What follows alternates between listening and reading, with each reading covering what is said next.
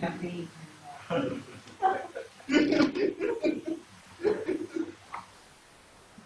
No, angry.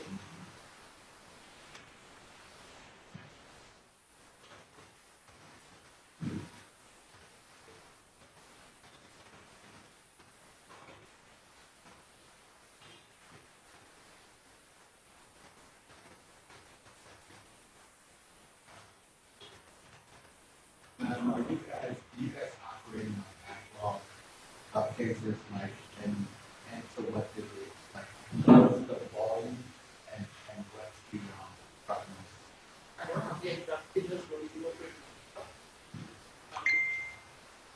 So, most cases, like, cases, would probably come in between a year and 3 months to 2 years. Some images, with the English material, images from this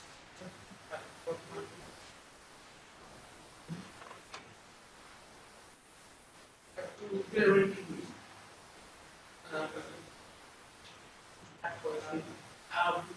Maybe a case for dependent might be what's formulated.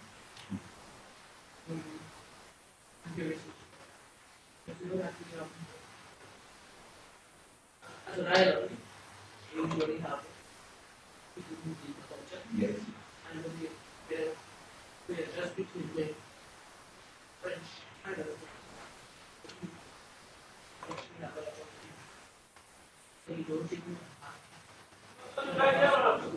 Wow, wow. before you go to the castle.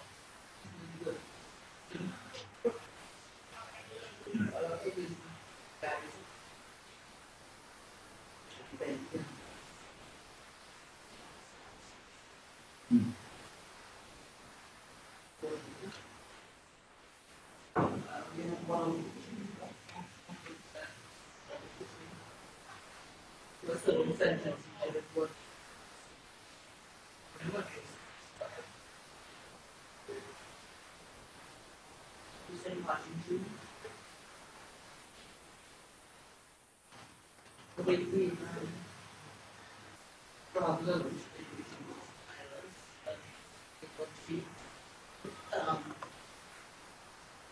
Problems all over.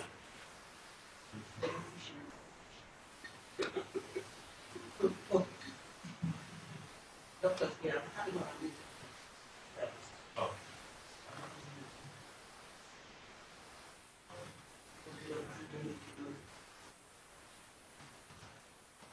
You guys have the ability or access to be able to go and bring people back. For the-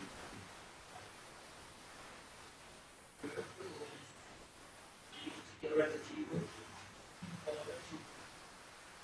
shop something.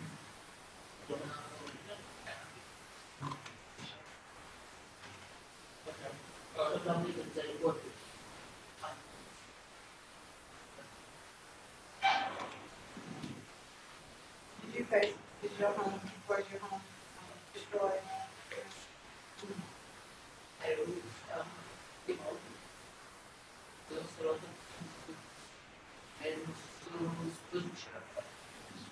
Were you here or did it? Oh, gosh. I almost completely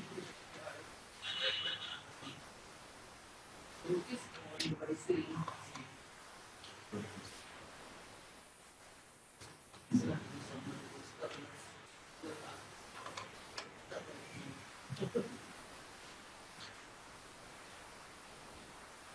The office also was yeah. Still, so I always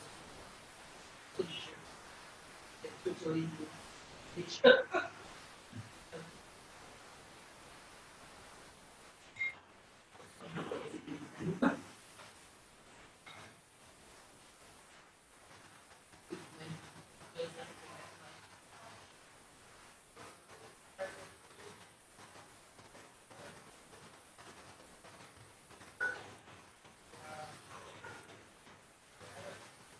I thought yesterday the police prosecutor did a good job in Florida. That's the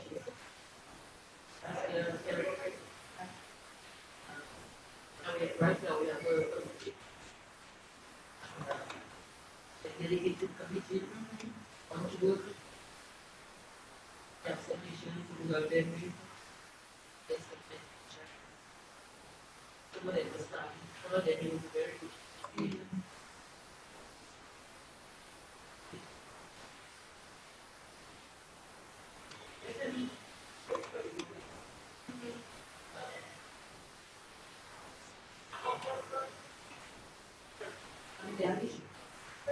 Yeah, I should be playing the it's good, very but yeah. When I used to be a master, every day you have eight people. You just tell me what so we've reduced the from when we put in jails, about 25. So every day they have to be. Let me apologize for one thing. Later, I was assured at 10:30 I wasn't ready at 12. So at 11:55 I was told I was just going to this talk was here.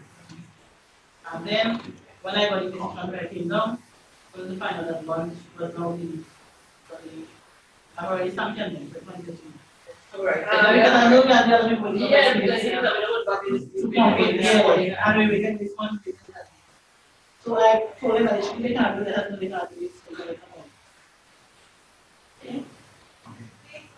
Thank you very much. I hope you all enjoyed it. It was very good, Yeah. very good. So that we cover up for the end. Alright. So that's it. Alright, yeah, thank you very much. I think the other one was ready to come back to the story. Like they kind of rushing, but. No worries. Yeah.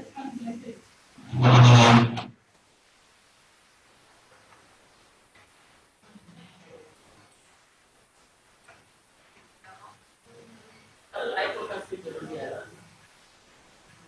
you'll see it. Right, what we do.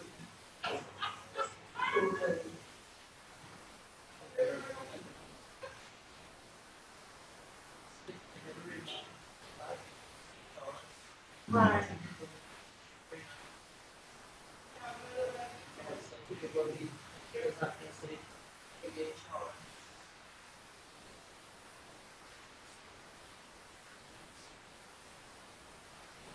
When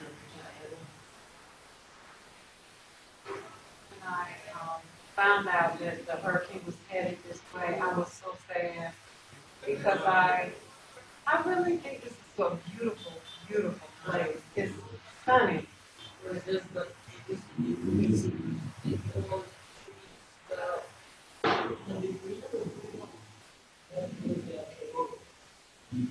I took a video picture and things that of course it's a beautiful get back forest. So it was make it in the village, but because we but it seemed to be affected about by not from it all over the world, you know, by a lot of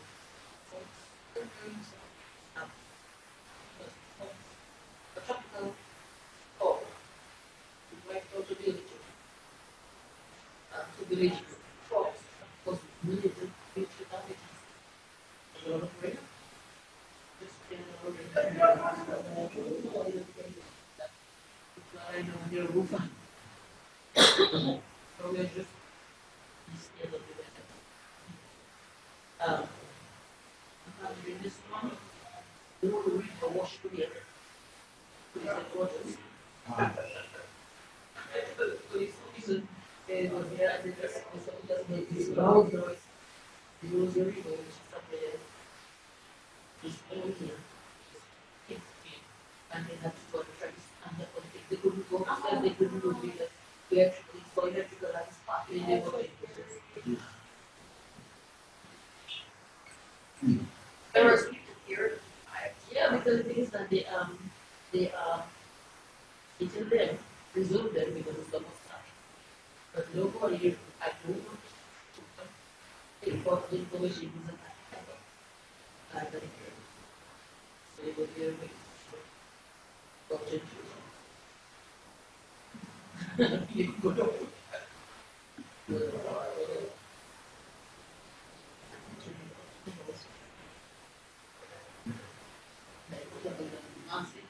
troubles, those troubles. My daughter,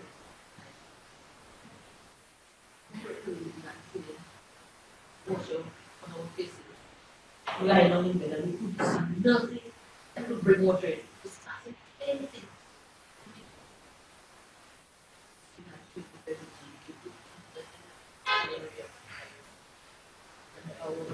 Window opened up and we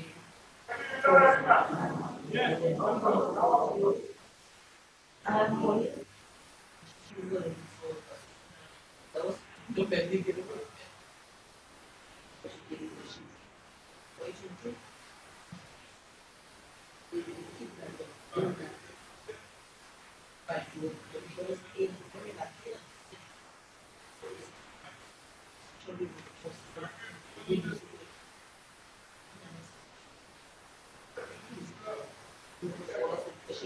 it's like this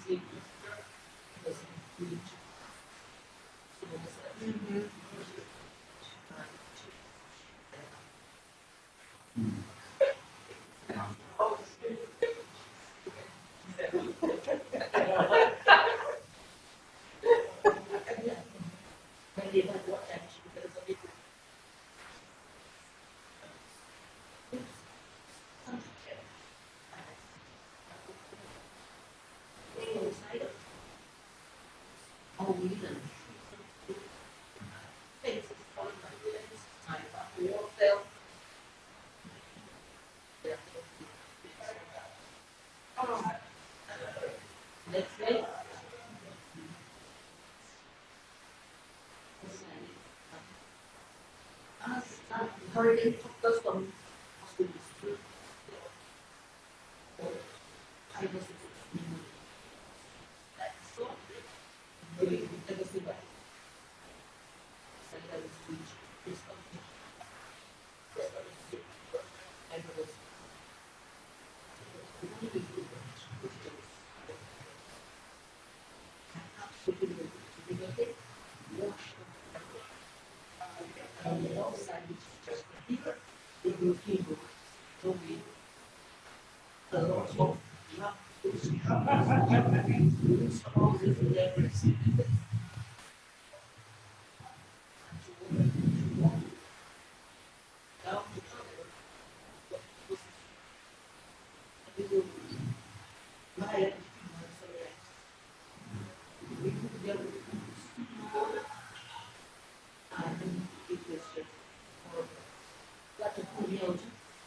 Jadi polis puskam dari oleh Fatimah.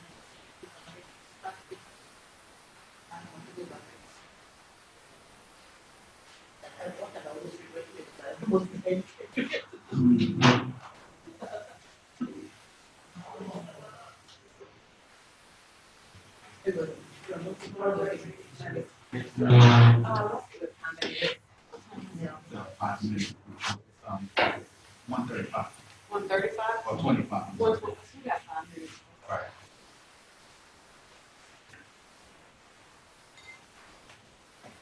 Okay, sir. Oh, thank you very much. Oh, yeah.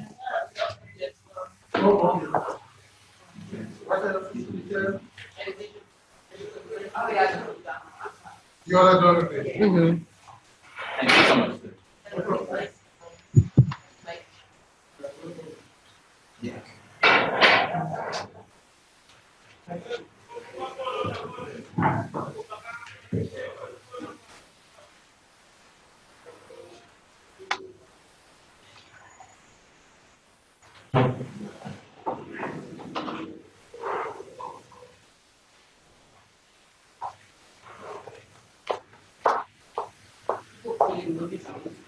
No.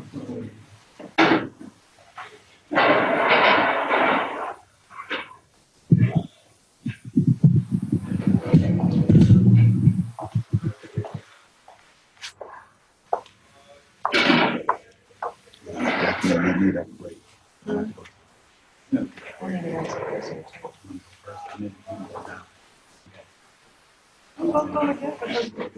Okay. You know where it is anyway, right? Yeah. Thank you.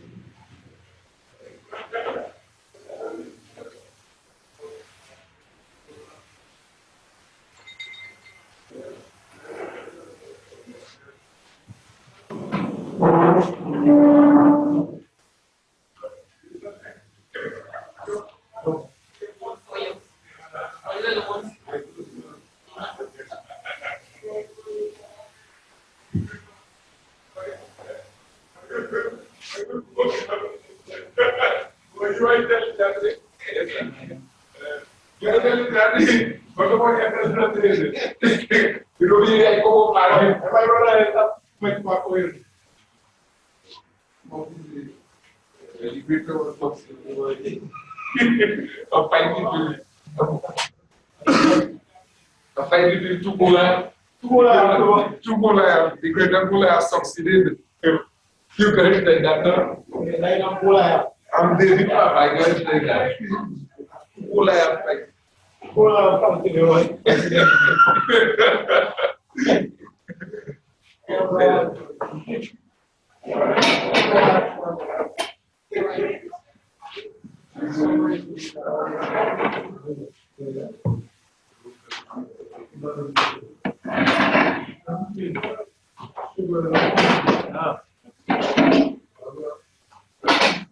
What she asked you?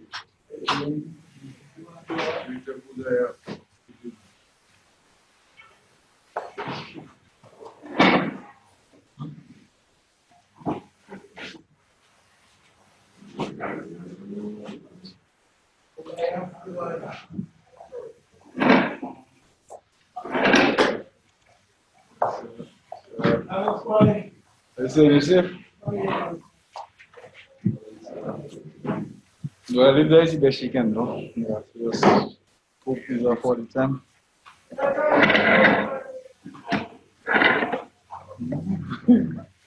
But it's still is the best she can do.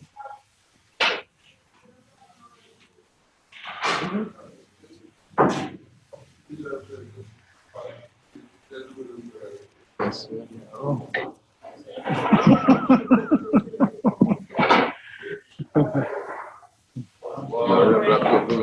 No, they're talking to the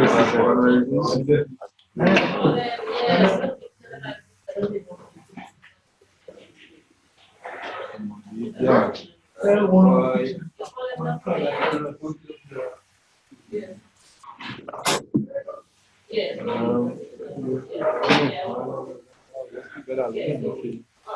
Until further notice.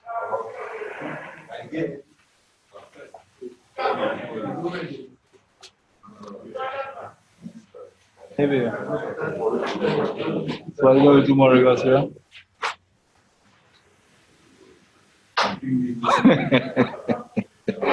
What happened to him? I think he said I think you will work for lunch tomorrow. Sure. Yeah, any good day it was right?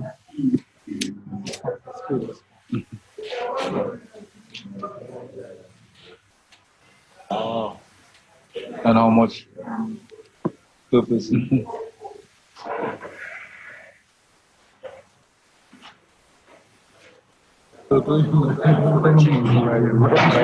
am telling you, the perfect person of the give me a response. Perfect individual. After all, you have achieved. Yes. Or something good or something. Right. No, I've seen that.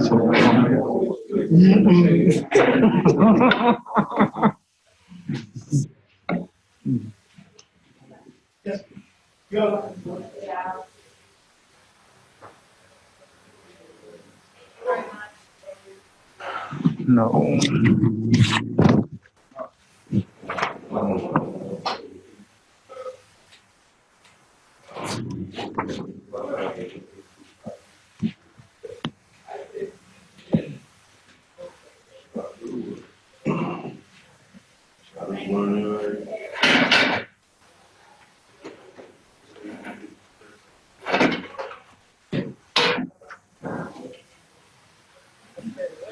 Yes, it is. Thank you. Should have been more.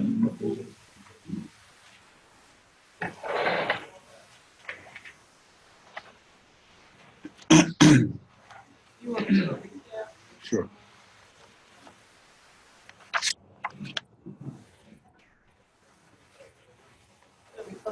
No, I think he's coming.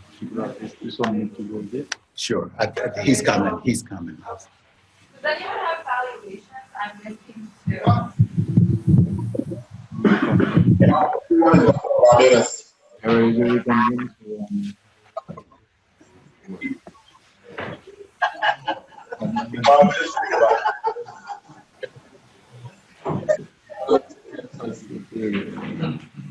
Okay, guys, if you can hear me, we're gonna prepare to get started for this afternoon session. We'd like to do two things. We'd like to first make sure that there's no new questions or statements that have arisen during the break, and then also to perhaps go over a very quick recap of some of the principal elements from this morning.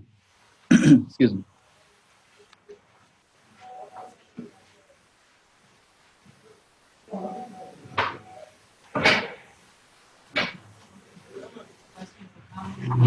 Barbados, questions or comments, or anyone in the audience? We're fine here. We're just awaiting your lecture. I didn't hear you.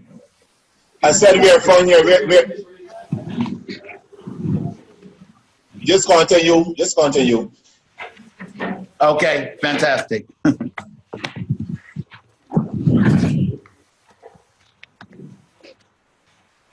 Okay, so I'm going to talk about investigative case management.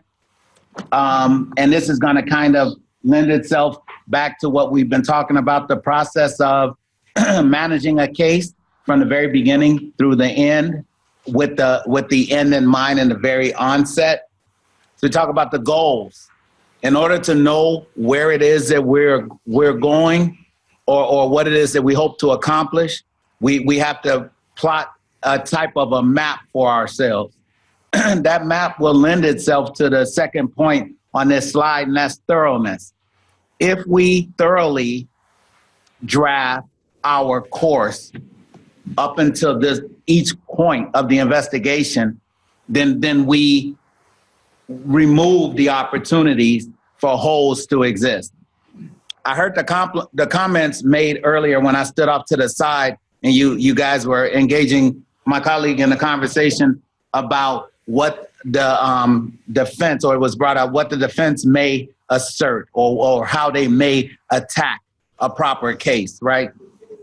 The expectation is that the defense will have literally a point of defending against the charges brought against their clients. And that's what the process requires. They often come up with extraordinary claims to try to refute or to attack or thwart the momentum brought about by the prosecution side. That's just a part of the dance, right? The proper dance. So to the degree that we can anticipate what may be a defensive stance against our proper facts, we can then shore up those by complementing them with credible evidence. To the degree that we can assert such a thing, we should not lose ourselves in the activity of wondering. We talked earlier about Barbados said not worrying about the state of mind of the victims. So I suggest we not worry about the state of mind of the defense. However, a properly prepared case, if it's thorough enough, it already has built into it those types of safeguards. It will have an opportunity to have a barrier against the types of things, and we can calculate this through past practice.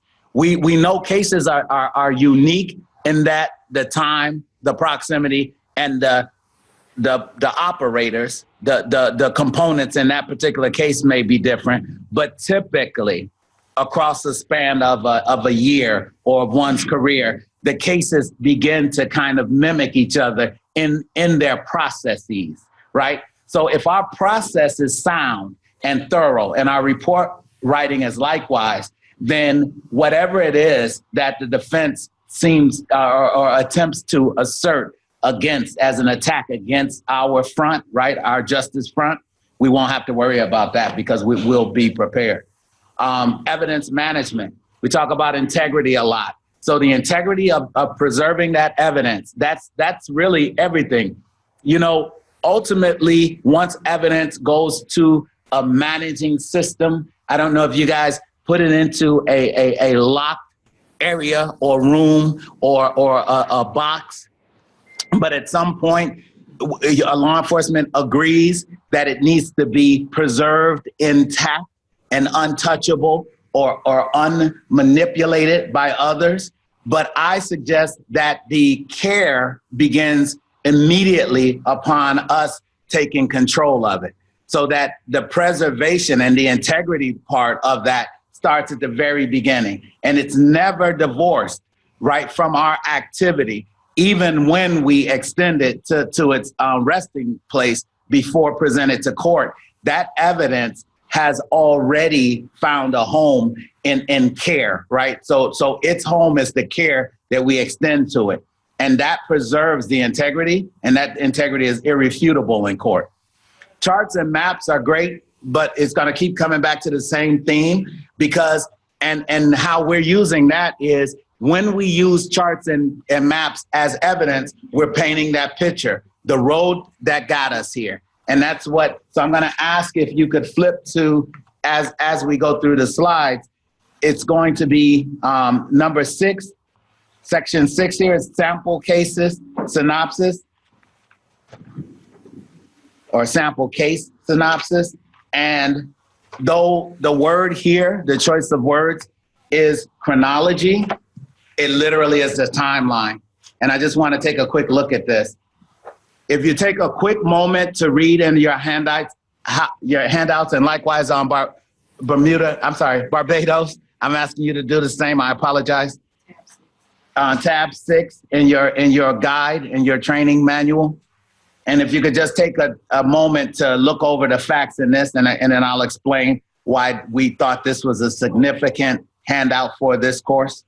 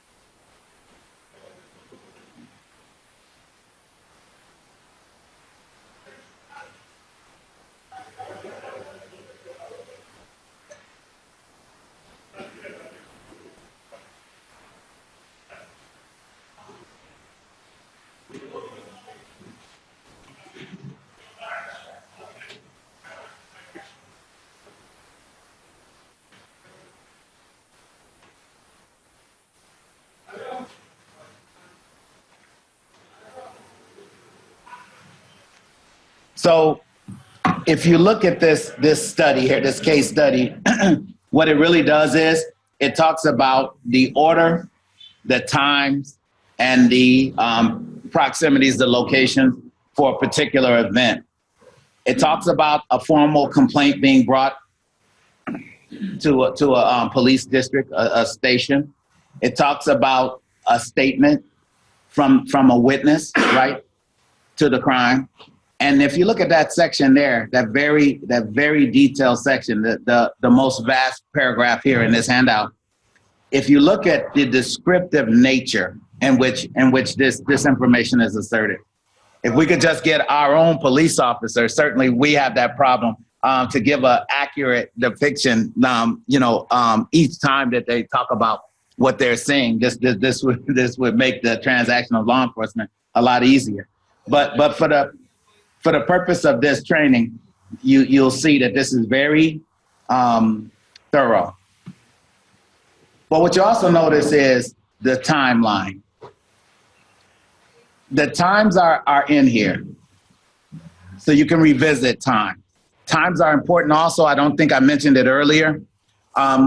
If there is a public transport, either it be a trolley, a train, a bus, or any conveyance that moves along, shuttles along a group of people, persons, and it's meant to move past a certain intersection at 5 p.m. If our crime occurred at 4:50 p.m.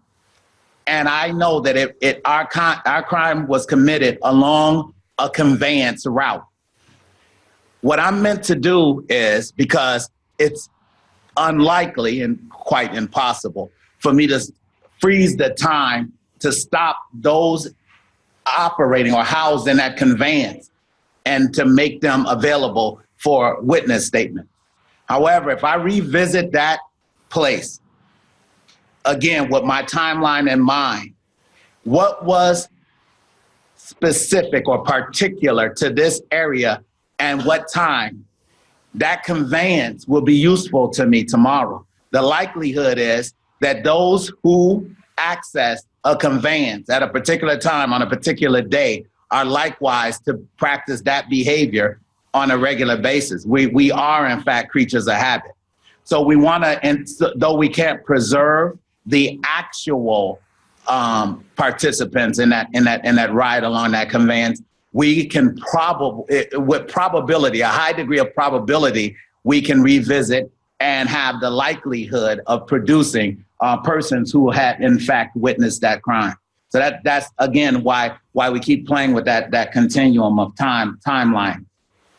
So again, you move down to actually getting out. So it's one thing to memorialize what you've heard. Even from this thorough of a statement, it seems to me that this person is pretty astute and probably not a bad witness at all. However, the best witness in the transaction of law enforcing is the law enforcers, right? It's you guys. It's your colleagues, your subordinates, in some instances yourselves, to go out and actually compare the known facts to the terrain, establish new facts, memorializing all along the way, compiling into this reporting system a story, your contribution to the story, uninterrupted, continuous, to the matter at hand.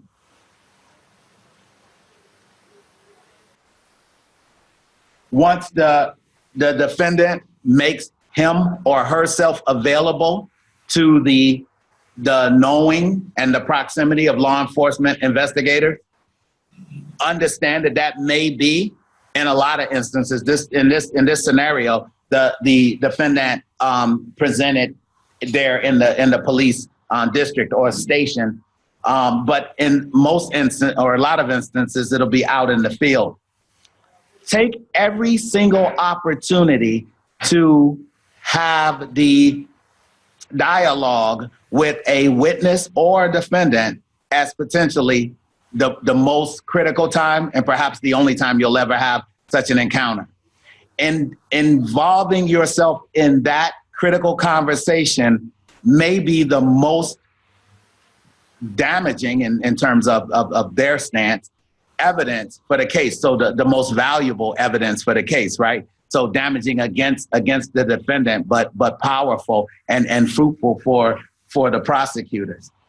You must always, so when we talk about interviews, I didn't mention this earlier, and it just occurs to me now, is that we don't have the luxury to be exhausted. We just came back in from lunch, and we were joking ourselves that it was quite a heavy, a very nice lunch, but heavy, and lunch typically brings about a different feeling or condition than we had in the morning, let's say it that way.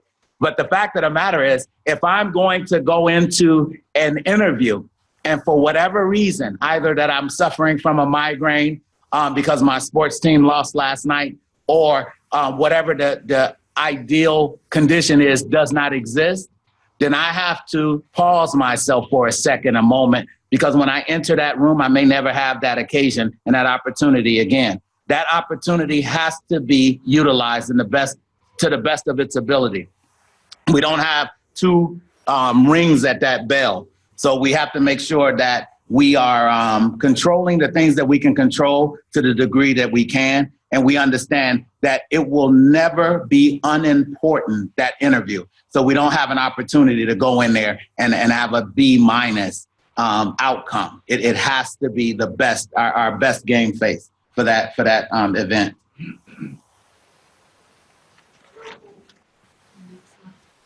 Oh.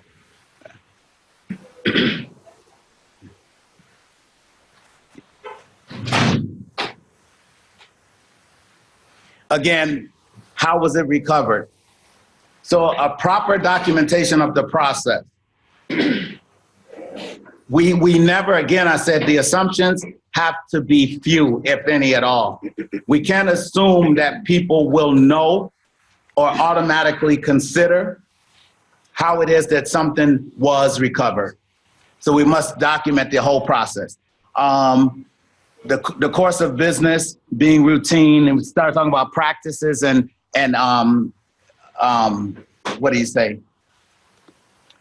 if you do something enough, you're going to inspire a habit and influence a habit. And that's what we want to do. And we talked about earlier, again, not to be redundant about it, but the checklist, it really is meant to do that. It's to remind me to stay in a lane and to behave in a manner that becomes a habitual, really. Chain of custody, we talked about that before. I just said, when you grab that evidence and you have it and you've taken it away from the environment and you are protecting it, you're preserving it, and you're making sure that that evidence stays as close to the condition that you found it as possible. Depending on the type of evidence, it could spoil itself due to weather conditions and so forth and so on. But to the degree that we can preserve it intact, the way it existed at the moment of collection, that's important. And then to state that, and to state the methods and the means that you took just in case something happens outside of our control. If not for some unforeseeable event, this mechanism of preserving this evidence would have in fact worked because it's reasonable, and reasonableness always rules the day when we're talking about evidence and court cases and so forth. Invoicing and basically inventorying, we refer to it as evidence. Your unique method of memorializing the processing of evidence is important. Making sure that everyone in the process of adding reports or items into this arrest or this case, that they follow that guideline, that they are strict in that resolve. I think I'm good. One last thing. At the very bottom, it says collect too much. I think I would be remiss if I didn't say this, exactly what is meant by that. You can never, that should say you can never collect too much. You guys have the opportunity to shave away evidence that's not useful. But again, I said it earlier, you cannot go recollect information you wish you had.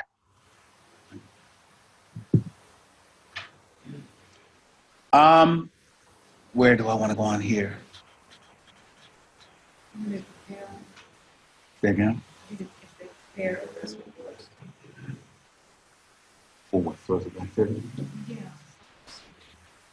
All right, so I guess we can go with the focal point of this. If we take it as there's a couple of people in here who said that they're actively boots on the ground right now, active investigators.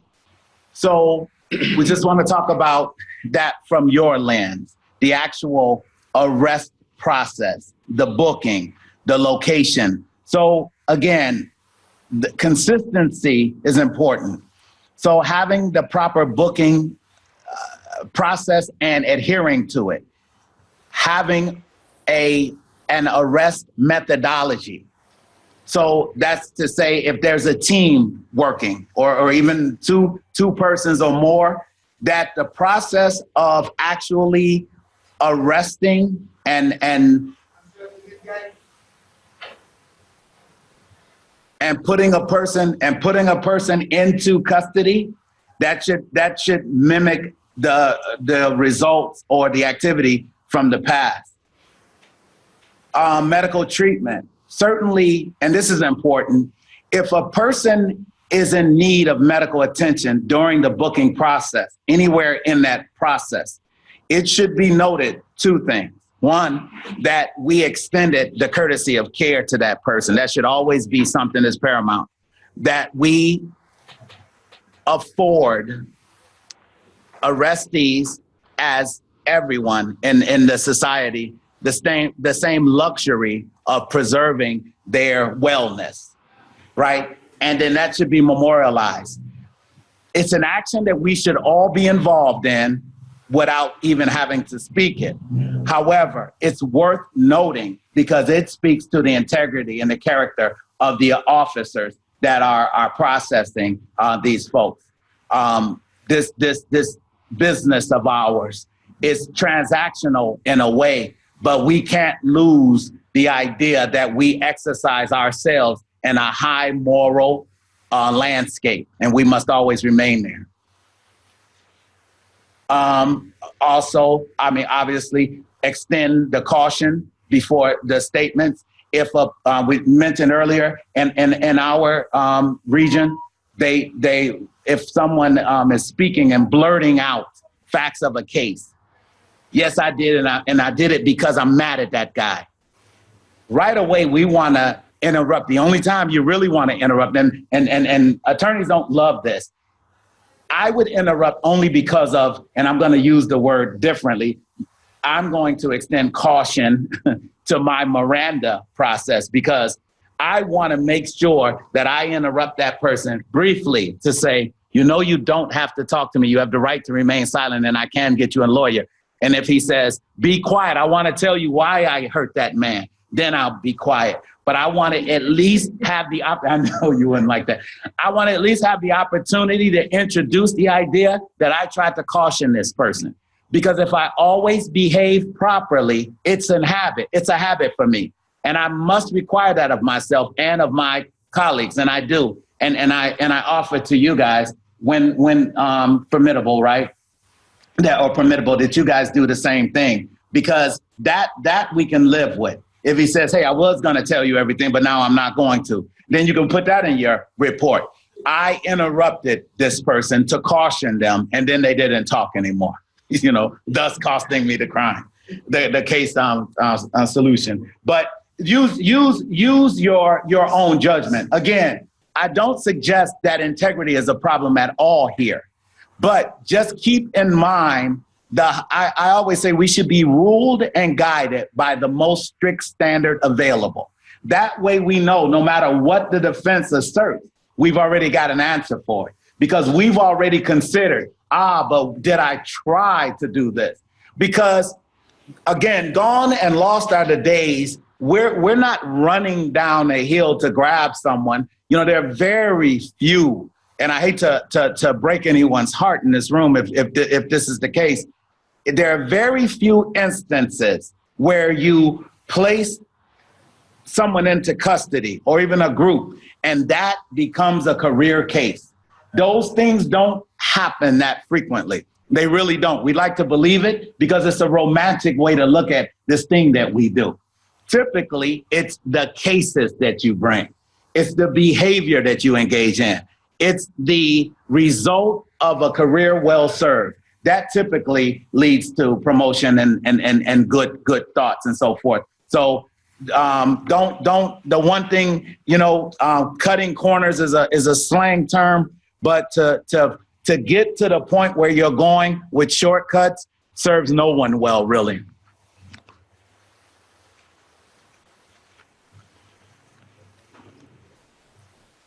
Would you like to ask a question?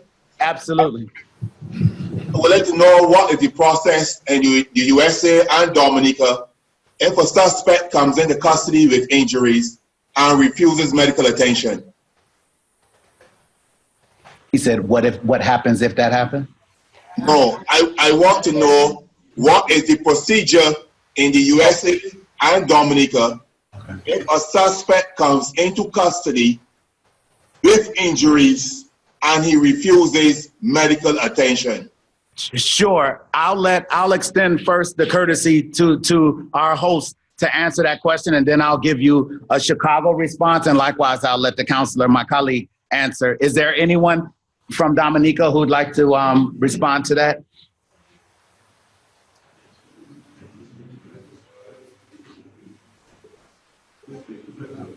So he wasn't refused medical.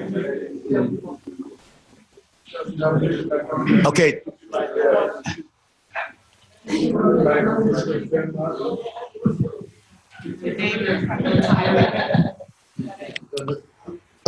My name is Murphy John Jules, Sergeant of Police.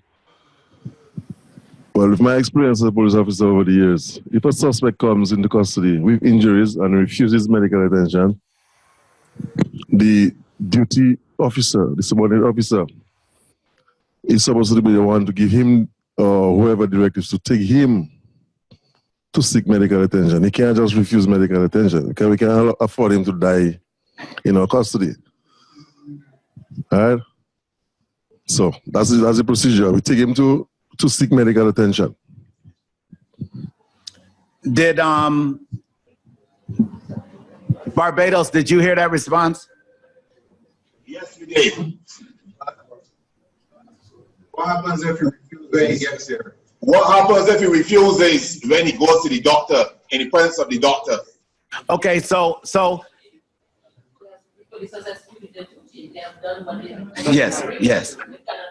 Yeah. You cannot force him to subject himself to medical attention. They can make it available, and they have done all what they could by bringing him to the doctor. They have executed their duties. Mm-hmm. Yes. Oh yes, they have to put that in the statement. They have to record it because oftentimes we are not. Yeah. Okay, so I'm sorry. Are you? Sergeant Jim said something. Said something which I was agreeing that you ought to record the fact that you did take him to the doctor. So it must be somewhere so that when we get the file, that we know all that was done, because I'll be sending file back to say for something which you did. So some of the issues is that we don't record what we do. No. Okay, perfect. Thank you, ma'am. So the answer here seems to be quite consistent. So Dominica will respond to that by suggesting strongly to the person that they would have to go to the hospital. That's their duty to do so. Again, the duty to preserve the health and the wellness of suspects and of all citizens, right? It's what we're all duty bound to do.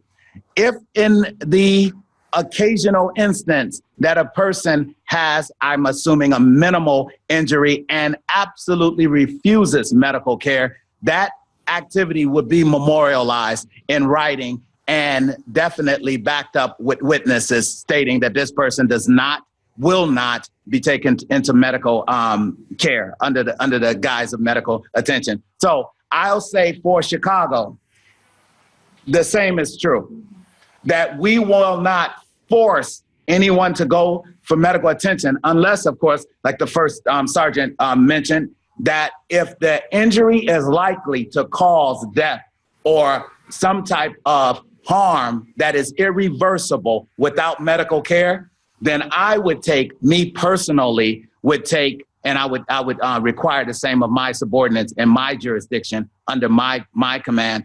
I would, that we get medical scene or medical assistance on the scene at our police district. Now, if they refuse directly to a medical professional, that's a whole different safeguard, right? Because now I have a fire department ambulance with qualified, skilled medical technicians on board, entering into my police facility, memorializing every single thing that I've just said, and cross-memorializing through their own reports. This person definitely will not absolutely go to the hospital, because there's not much difference of that and then taking them to a general hospital facility and them saying, doctor, get away from me.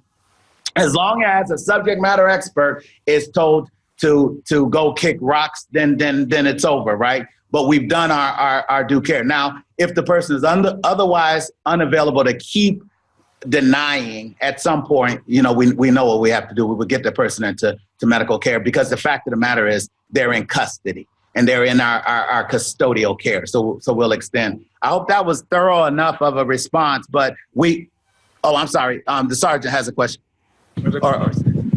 On the flip side, we want to know from Barbados what entails. Oh, that's a great question. Barbados, what is it exactly that your steps, process, or procedures are requiring or regarding such an event? The same as Dominica. Doctor works in Oh, okay. Either the doctor comes to the person or we take them to the doctor, but whatever done, the doctor would make a memorialize whatever occurs so that it would stay the word.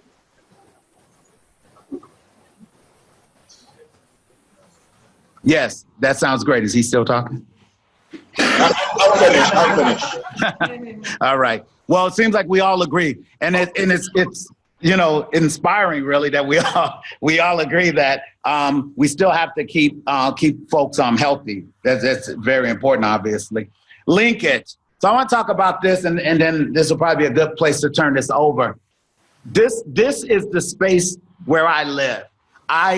This is my most enjoyable part of the process of creating, managing, and preserving evidence for all time. And it's the linkage between the boots on ground investigators and that relationship without divorce with the prosecutors. That relationship begins with some type of an alert that you either call or you engage in a face-to-face conference or review session. When you have a case that's valuable enough, well, to strike that. When you have a case that requires consultation, that it's a case that either is so complex or critically important, and you understand, not that any case would allow this, but that you understand that each step in this process is so important that a misstep could cause you to lose the entire case. It would make sense to the degree that it's allowable under the process of your governmental system, your rules and your regulations and so forth, your statutes, that you touch base, you contact a legal representative in your grouping to let them know what you're up to at some point. The thing is this, that a well-rounded investigator should know the thresholds that govern the types of crimes that they are responding to. They should know that. You shouldn't have to ask a person twice or watch them stumble through what the elements or ingredients are of a particular crime, if those are the types of crimes that on a day-to-day basis they respond to. But in the case that they do, then their supervisors certainly should be well aware and well equipped in that process. The report, we talked about the checklist being a cover sheet earlier. The report should then be resounding evidence that there is clarity, understanding, confidence, and absolute know-how in the navigating of these facts into paper form. When you are compiling a case prior to getting it to the court system, to the prosecutors, you must somehow regulate, and a checklist is a great manager. It's an inanimate manager that literally is organic, because it then requires what comes into that file next. It eliminates what's absent, because these checklists, and you guys already have them, you've admitted to that, they eliminate deficiencies. There's nothing on the list. We wouldn't waste the space on the page to say what should not be in there, unless it's something that you know you can think of that would be so inflammatory as to not be commingled with these sheets of paper. I assert that anything that makes its way to a checklist is imperative that it be there. So the list speaks to your behaviors. It tells you exactly what you must do. So when I'm compiling this case packet together for presentation, it already has, it has supervised me.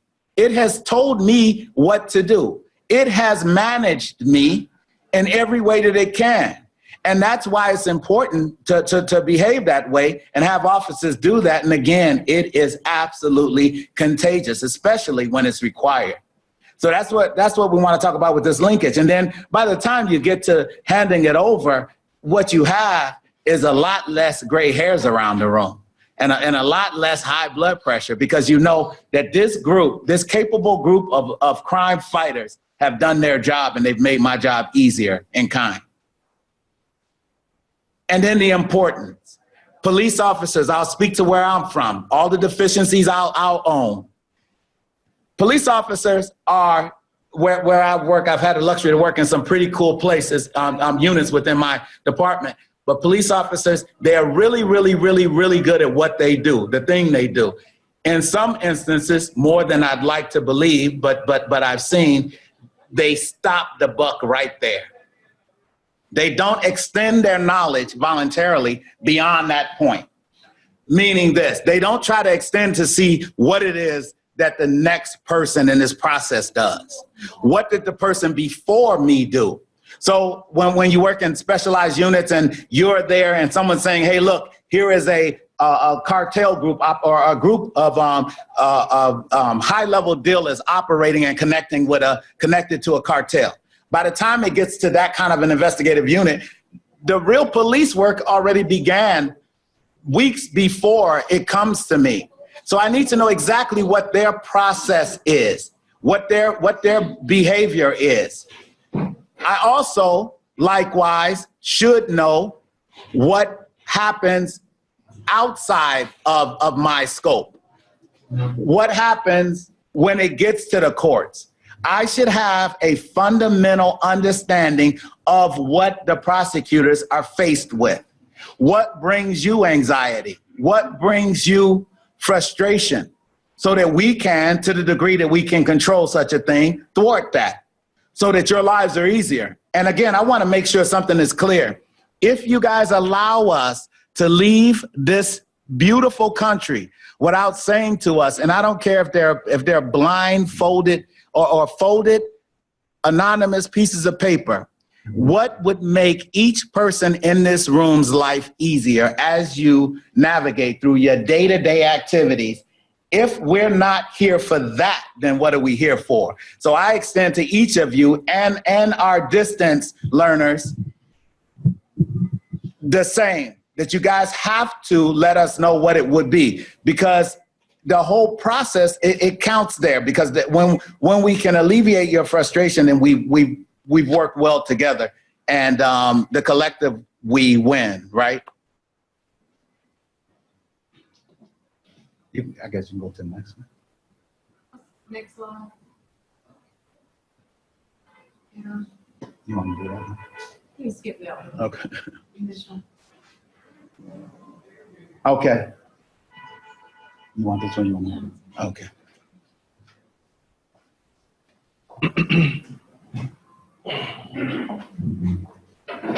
Let me talk about what we've seen during our trial observations at the initial appearance, and this would be in the magistrate's court. There were several times that when a person was brought before the magistrate judge, the judge would advise that person of his or her rights. And if that person wanted to plead guilty, sometimes the police prosecutor would say, we don't have a file. And so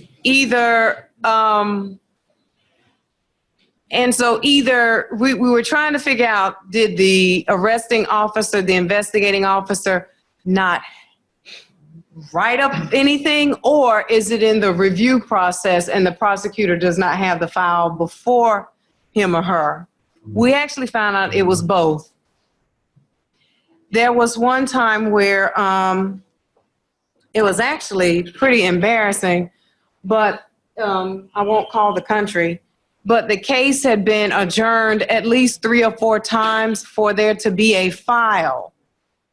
And we learned during that trial observation that there was never a file to begin with. And the magistrate judge actually had the officer sit at a table and write out a report in court. And we were stunned that that the magistrate did it, and it seemed like it just didn't even dawn on the officer that, you look bad in court. The prosecutor was sitting there stuttering that he didn't have a file, and the magistrate actually made the police officer stand down, or had to stand down the case and have the officer go to the side and submit a report before, after lunch, or something had to be submitted. And we saw it actually 2 or 3 times that the magistrate judge said this case has been adjourned several times and I keep hearing the same excuse and this person keeps coming back. This defendant has missed days of work and then there's no file. I have a better way of doing this. Microphone. Yeah. Oh. Yes, Sergeant Roy. How I dealt with it before is that I embarrassed the police officer. What I do, somebody pleaded guilty, you can't provide a fax or anything for me. I call you up and ask you to go in the box and give the fax. Embarrass yourself in front of everybody. That's how I deal with it. Well, I agree. If the person wants to plead, then I agree with you. I agree that step should be taken. Madam DPP. Yes, I was just going to comment on what you said. I have a difficulty in the magistrate taking that course of action. I don't think it is within the jurisdiction of the magistrate to do that at all. The way the magistrate should speak is to dismiss the matter. That's how the magistrate speaks if you feel that but I don't know because the thing is that what quality of statement, well, at least in our jurisdiction, what quality of statement would he write sitting on the side? He needed witness statement, he needed to interview them, he needed to have the exhibits. I don't know what, it might well make a mockery of the case. So I don't think that's what, but it might have been a very simple case where he had to write 2 paragraphs only, I don't know. It was my understanding it was a simple case and it was ridiculous to have waited those months, but I agree with you. It's not the magistrate jurisdiction. He is an adjudicator of a matter which comes before him. If the matter which was filed and comes before him is not ready, never ready, he speaks by dismissing the matter if he wants to. I agree with you, and I also told the participants in the training that if there's no paperwork, there's no case, and the judge would say, "What are you doing here? Go home." And we would get chastised in court. The officer would get chastised because it flows downhill, you know what I mean? But I, caution to the participants in that training that if the magistrate dismisses, first, it's embarrassing to me as a prosecutor. It should be embarrassing to you because I was thinking to myself, why is the officer even here without a file? Why did he even show up? And he was just sitting there like a deer in headlights. But you also have to be cognizant of the people sitting behind you because those are potential jurors and they're witnesses in cases and they are developing a perception of the criminal justice system. I very much agree. Michael. Sitting there and you're embarrassing a police officer, you're embarrassing the prosecution. It's not very good for the administration of justice. People lose confidence. That is why a lot of things have to be done in private and privately. Yes, the magistrate can fraud the issue, the case on those grounds. Part of the main difficulty we have in Dominica is that often it is said in court, the prosecution never ready. But the thing is that there's never a distinction between the prosecution and the prosecutor, because the prosecutor is almost most of the time, 130% of the time is ready because he's in court, he has come. But the prosecution involves the investigation and the prosecution together. So oftentimes, it seems as if our office is never ready when there's a file, because the magistrate will be saying, the prosecution never ready. I was a magistrate and I know about those things, and I never actually much use that term, the prosecution wasn't ready, because I know there were things that happened behind that the prosecutor in court didn't have control. So sometimes we take the break because it's the prosecution that not ready, which is correct, but it's not. But the prosecutor takes the blame. That's a problem. I will tell you that one of the issues that we found in during our other observations is when the file, there are more times than not that there was a file. It just hadn't completed the vetting process. One of the solutions we tried to come up with was when the file goes up to a supervisor, something should also go laterally to the police prosecutor.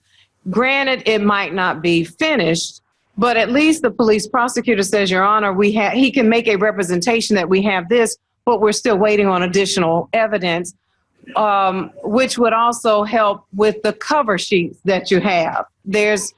The investigating officer has made documentation of what's missing, or the supervisor said, we're not through, but here's what we have at this point. And so we can have it, at least the bulk of it, in 2 months. So something's not adjourned for 2 weeks, knowing that it's not going to be there. At least we can represent to the court that in a month, something should be here. You know, we should be ready to proceed in a month. The case summary, and again, I'm not pointing fingers. I'm just telling you what I've learned since I've been teaching in the Eastern Caribbean. There are some case summaries where police prosecutors and prosecutors have informed us that the case summaries do the information in the case summary, the officers are not meeting all the elements of a crime. It's very conclusory, and the elements and ingredients are not being met in their case summary, their initial reports sometimes. There have been police prosecutors who told me that when the elements aren't there, they will fill in the blanks, which is not good either, because if you don't know what the case is about and you start adding information just off the top of your head, then the defendant is going to look and say, I don't know what in the world this person is talking about. And we shouldn't be filling in the blanks based on what we are guessing happened in the case. It's not ethical. Yes, ma'am.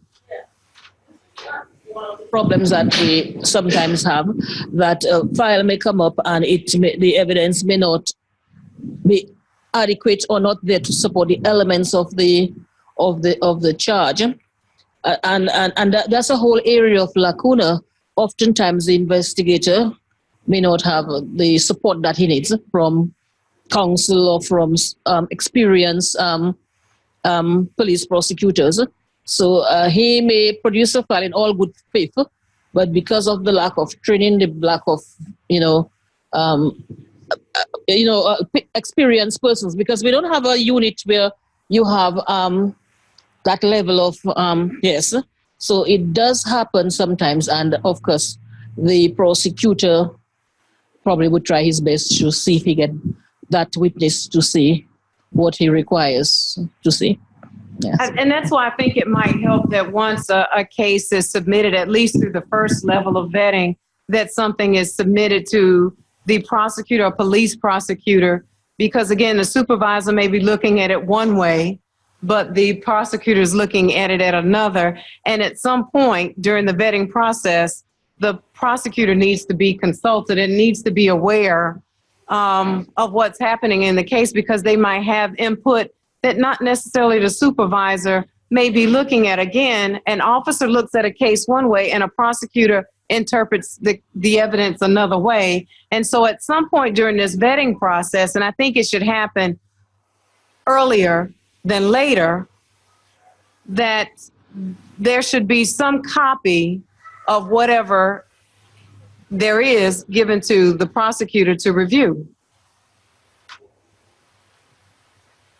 I will tell you with documenting evidence, and again, I'm just going by court observations, I'm not pointing fingers. There was an individual in court charged with, I think he was a felon in possession or illegal possession of a firearm, and the officers took the stand to identify that this was the gun that was actually seized from the defendant. They opened the officer was on the stand, opened the box, and described how he was identified the gun, and it was through his markings. Well, I will tell you that when they opened the box, his markings were gone. So what we do back in the States is they take a knife or something and carve their initials in the gun, because as we all know, based on our practices, most firearms anyway have so much oil on them that you're not going to be able, you can't lift fingerprints off of them, most of the time anyway. And so you can't sit and take a pen and mark on it because the oil is just going to smear everything off. So think about for the officers how you're marking exhibits, particularly if they're, if the trials may take 6 months or more to try, that you don't want your markings to fade, or just think about different ways you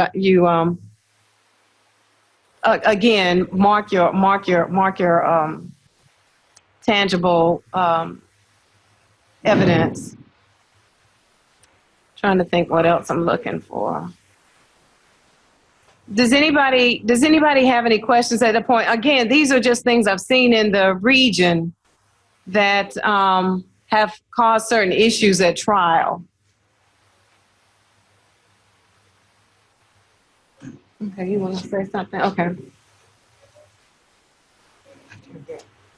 Guys, I want to share with you a case study. It's going to be brief.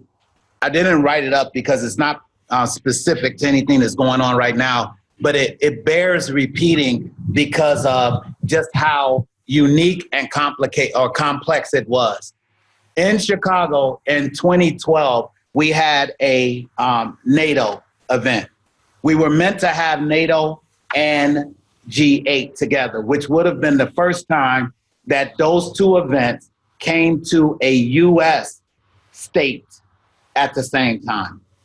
We anticipated such great turmoil based on what happened with the G8 in Ontario, Canada, and also with the G20 in Seattle, Washington. In Seattle, Washington, and you could ultimately look it up. We'll pull it up for you tomorrow, if not. They were flipping police cars that were unattended and setting them ablaze, with flame and so forth. They were smashing downtown areas. They were targeting anything that was financial or government supported. We were expecting that these very transient anarchists, this is how they labeled themselves, were going to come to the city. And during those events, NATO is literally all of the leads of nations associated with NATO.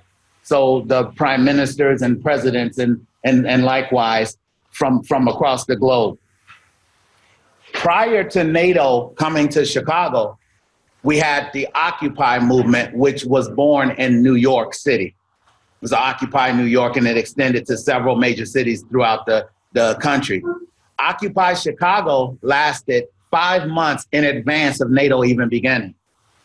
I worked on the intelligence section, which is the same section that historically, long before I got there, used to go after our highly publicized traditional mafia families. We were asked, challenged, and tasked with the responsibility of creating a template for investigating these behaviors. I decided to do this. I had no background in anarchist behavior. So I researched, and through schooling, it just seemed applicable. I looked at the events of history, the territories and regions that were close to mine, looked at where these folks come from, how they coordinate and conduct themselves, what it is that they ultimately hope to implement once they reach their attractive location. And I created a group of undercover operatives, and I looked at what was likely to be what I considered or referred to as a playing field. There are certain areas where these folks could have come and commingled themselves within a population of 2.7 million and been otherwise undetected if they did not behave badly. So we looked at the region that they were likely to come to based on past protests in Chicago. With success and a lot of luck, we were able to put our operatives in these areas, and they were collected, hand-selected and picked by the group to come into their group because they wanted force multipliers. They were transient. The particular group that I'm referring to, and again, this all made the headlines. This particular group came out of Florida. There were 5 individuals that were ultimately arrested, but I'm gonna lay out the story first and then let you know what they were arrested for. Our operatives were pulled into these activities and meetings. They were, in the initial stages, unable to wear, and they're all court authorized, body wires. They couldn't do that because they were searched. These young, energetic folk were so paranoid, and rightfully so. They had police officers in their area, so they searched everyone. They questioned each one of these officers often. The officers would deploy for periods of no less than 3 hours at a time. So, realizing the importance of memorializing facts and how much fruitful information could transpire in a 3-hour conversation, a juxtaposed, interrupted, furious conversation. So we developed field sheets. The second that deployment ended, either through a text message, we would say silly things like, "Baby, come home. I miss you. Where are the kids?" All meaning, get out of there. The second they came out of that activity, that event, we set them away from everyone else. Tell me what just happened. And they wrote it out right there in front of a supervisor. And then they just completely, basically mentally wiped out. We tried not to rotate them right back in the next day, but some of them were very, very aggressive and incredibly skilled. So they were capable of doing that. They were young as well. So we did this process for approximately 5 weeks. 5 weeks. Now just think about the data. Ultimately, though, I must admit, we had the luxury of them trusting some of the folks, a couple of them. One, they still searched every day. Just something about him they didn't like, but they kept talking around him. But they searched him. He couldn't wear a wire. The other 3 primary officers wore wires. So that was easy. They just had to go sit somewhere and type out, transcribe what was actually recorded verbatim. Molotov cocktails were introduced into the conversation. At one point, I received a call on my cell phone as a supervisor, and if I had hair, would have turned gray in that call. They were being taught how to build Molotov cocktails. Now, we followed them from a house they had gone to, had arrived at, and ultimately they went to a filling station, a gas station. And there was a lot of street noise and obstruction and so forth. My primary surveillance person didn't capture something. The male jumped out of the car and filled up a canteen with gasoline and got back in the car. We didn't know about that event until the officer called on the phone, and through cryptic information gave us that, right? Through cryptic speaking gave us that information. We were then able to go immediately to that station and preserve the evidence. There's a camera. Now, though our optics, based on our positioning, didn't afford us the luxury of seeing that, the camera never lies, and it caught it as if it was staged, right? For production, for a film. So we preserved that. Ultimately, what happened is this. All of that evidence that came in after months and months of surveillance and weeks of direct contact through undercover management, right? Or I don't want to use the word, I won't even say it because it's not the word, but interaction, let's call it, with our undercovers. We were able to bring to light this organization, 5 convictions of 5 humans that came to our region with one idea in mind, their statements, not mine, to loft these items, Molotov cocktails, at the protesters who tried to expose them because they hijacked our First Amendment by hiding themselves under the veil of freedom of expression. And then they acted nefariously with the intent to harm protesters, so citizens, and police. We were able to convict them based on that precision, and think about how many moving parts that is. I was going to gloss past that, but I just think it's an important mention in an exercise as this. Most cases aren't that vast. I've never worked on a case like that and doubt that I ever will moving forward. Hopefully not. That takes a lot of time commitment. We had those folks they were getting arrested as folks do, volunteer to get arrested in protest. We had a couple of the officers spend nights in jail, no longer than 2 at a time, but they volunteered to do that, to spend a couple of nights, 2 nights in a row in jail, just so they can get information. Now imagine that debrief. Debriefing of information, or debriefing of operatives or undercover officers immediately upon them coming back into this police construct is imperative. But we can move that down to just a regular investigation, which most of us do most of the time. Most of my investigations are regular, run-of-the-mill investigations. But we must use the same energy that we employ on our important cases to the cases that we see often, because that way we'll ensure success, because the standard's been set. And how can we unknow what we've known or what we've come to learn? So I just think it's important maybe to share that story. I'm going to give them a break. It's 2:35. Is that too many breaks?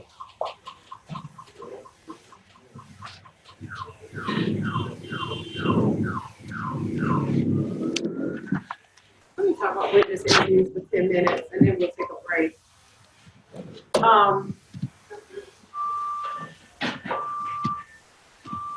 Witness interviews.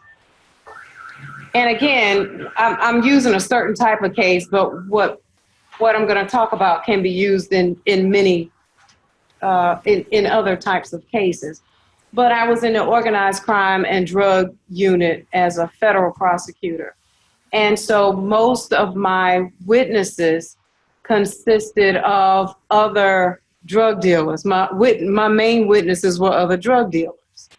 And so if I arrested one drug dealer, we obviously wanted to move up the chain to find out who his source of supply was, following the money. So we were always trying to move up the chain of this drug conspiracy. So a lot of my witnesses would be, we call them dirty witnesses. And so with dirty witnesses, they're looking for, if they're going to talk, they're looking for some type of deal.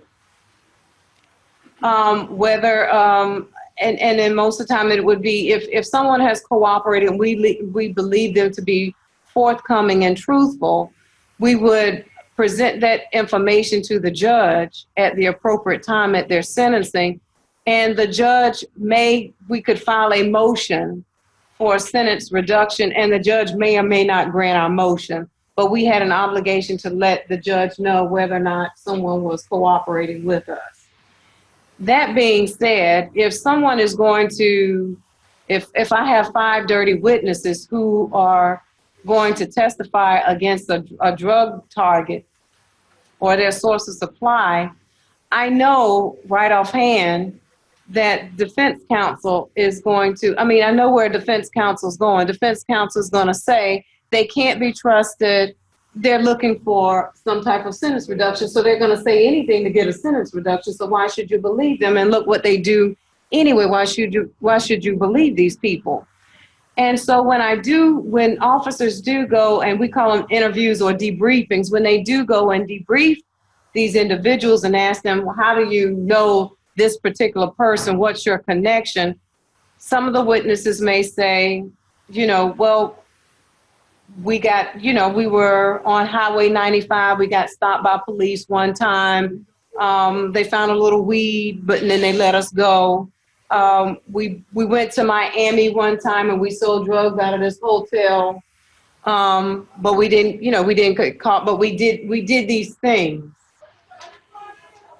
So what I would want my officer to, what is it based on the information, that little information that I told you, and knowing about these dirty witnesses? I mean, we don't like them either. What should my officer do to corroborate those witnesses' testimony? If he says we got stopped on 95 and he got a ticket for speeding, what am I going to do? Go find out if they actually did get stopped. If they say that they were in a hotel in Miami, the officer needs to go and see if there's any video or if there are any receipts or if they paid with a credit card for anything in Miami. Those are ways that I can corroborate what my dirty witnesses are going to say. That being said, if you're using an informant and you know he's got a drug problem, there are other ways, independent source resources that are sources that you need to kind of corroborate what this person is saying, whether they may have an alcohol problem or a drug problem. Whenever they make these statements, how can you go back and get unrefutable testimony that what they're saying at this point is probably true, is credible? So just think those are things to think about during the witness interviews. And everybody knows everybody. I came from a small town too. Everybody knows everybody. You know who's alcoholic, who has drug problems, and you know whether or not you need to go back and find evidence to independently corroborate what they're saying. Those are just some things that I wanted to point out with witness interviews. Also in witness interviews, you're going to obviously identify what relationship does this witness have to the victim? What relationship does this victim have, if any, to the defendant? Is this person biased? Is this a baby mama? Is this a girlfriend? Is this the mother? You need to make sure that you document that information in your reports, because it gives me a sense that I know where defense counsel, how he may come and try to attack these witnesses. Any questions about witness interviews? And again, obviously defense counsel is going to attack. That's what they do. That's their job. In closing, if he comes up and talks about my witnesses and they can't be trusted, blah, blah, blah, in my closing argument, I would tell the jury, I would love to bring teachers. I would love to bring a priest. I would love to bring other police officers in here, but the defendant made me choose these witnesses because these are who he hung out with. I don't have any good people. This is all I have. My hands were tied because he hung out with these people. He didn't hang out with good people. And that's the argument that you make in closing. You're never going to get the perfect person. You're never going to get the none. Everybody's going to have some flaws, and it's how you address those in closing. How you, during your direct examination, and we'll talk about direct examination tomorrow, take the sting out of the weaknesses in your case. So you take the sting out during your direct examination, so when they bring it up in cross, it's already been dealt with once already. Any questions? But as investigating officers, for a prosecutor, I need you to understand what I have to deal with when I get that report from you. It's not just you hand me the report and say, I'm out of here. You got it. You got to take ownership in that case, because I might need you to go back and get some other information for me, because again, I'm analyzing that case in a different way, and I'm anticipating while I'm building my, doing my case prep, I'm anticipating my weaknesses and how the defense counsel is going to attack my case. Yes, microphone.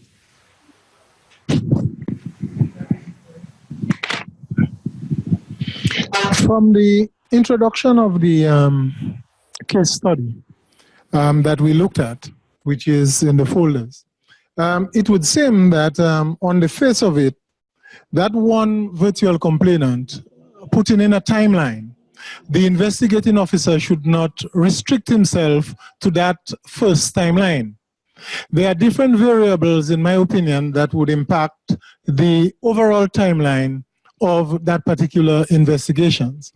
And that is the introduction of witnesses themselves, the extent to which the police officer or the investigator himself does a thorough investigation, the credibility of the virtual complainant, the timeline of the defendant or the accused juxtaposed with that of the virtual complainant or the witnesses themselves. And I see that as being critical to the end product. So I have a great response, and then I'm going to have you guys go on lunch once you're satisfied. So remember, I referred to it as a continuum. So this scenario places itself on a timeline, a continuum, right? It is not absolute. What a timeline does is it measures. It's a measurement of all known facts. It ultimately corrects itself. It doesn't change any facts. It doesn't change any assertions. But what it does is it measures everything. And what you're measuring for is likelihood, your probability. We talked about the gentleman being able to descend a hill, but not having the luxury of a vehicle. So the likelihood is that a vehicle was involved. So you bring up an excellent point, sir, and thank you for doing so. But what it literally does is it creates the ability to either corroborate or refute information that's entered in as evidence. And at the end, what really remains is truth. And those truths are based on all of the evidence, the thoroughness, the report writing, and how the timeline plays out. There will be things there that we can negate. My colleague talked about credit card usage and receipts. That litters that timeline. We're littering the timeline with literally everything. And then we start saying red X. But then we'll get a perfect sight picture based on all the things that we have come to know, should know, and based in space and time. Does that make sense? Sure. Right. Barbados, we're going to ask for a question, and then we're going to send you guys on a break. But does anyone there have a question? Going to have a quick 10-minute adjournment break.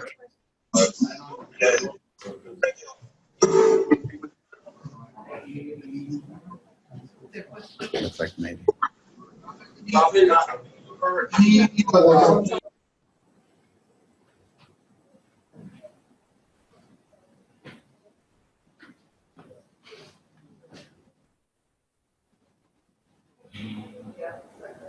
Looks like a break, right? Okay, thank you, guys. Thank you. We're going to go for a 10-minute break, guys. Thank you. I'll go.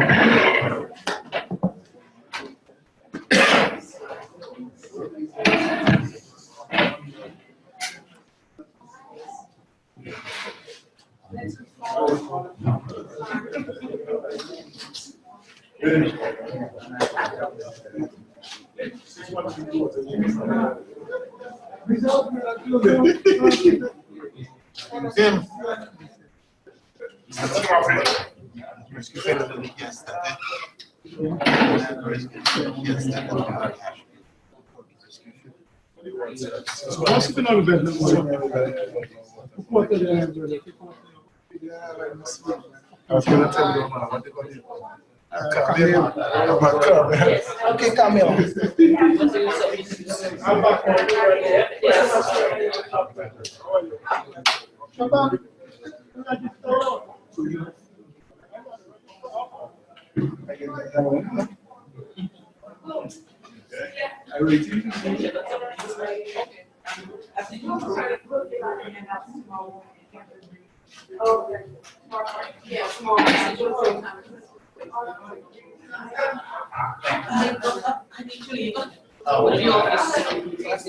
Yes, thank you, thank you. I may have a short day tomorrow. No worries. Thanks for your input. Yeah. handout for tomorrow real quick.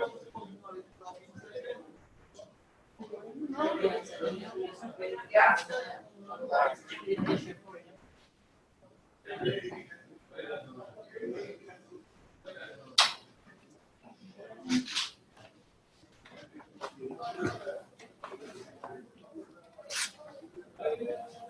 Yes, good, okay. I got to read that tonight?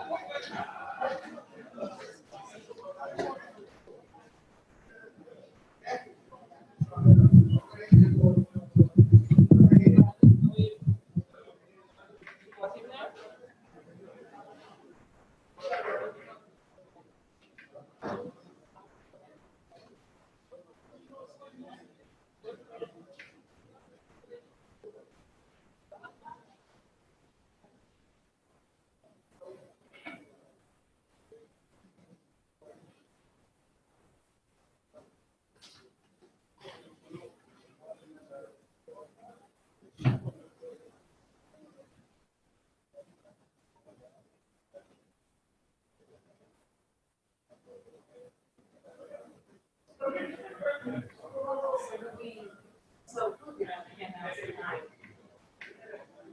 Based on what they have worked on, so you can address what are the deficiencies in the statements and what, based on the information you have, should it be more in these statements, should one follow up? It's I'll talk about the strengths and weaknesses and statements.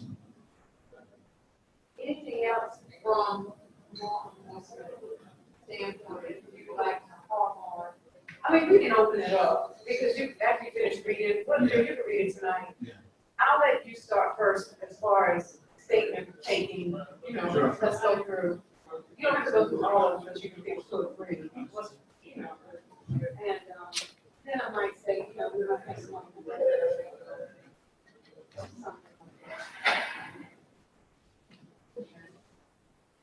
And actually, at least as functioning in early tomorrow. But whatever you want to do.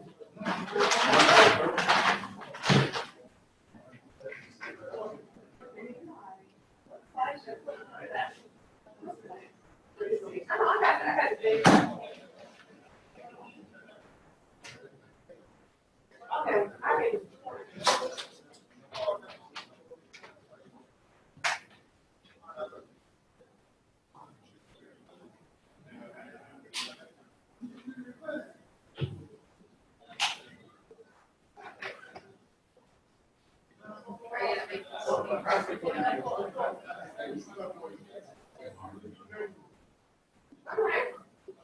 Tell a prosecutor once you prepare for cross-examine a witness. Prepare, direct.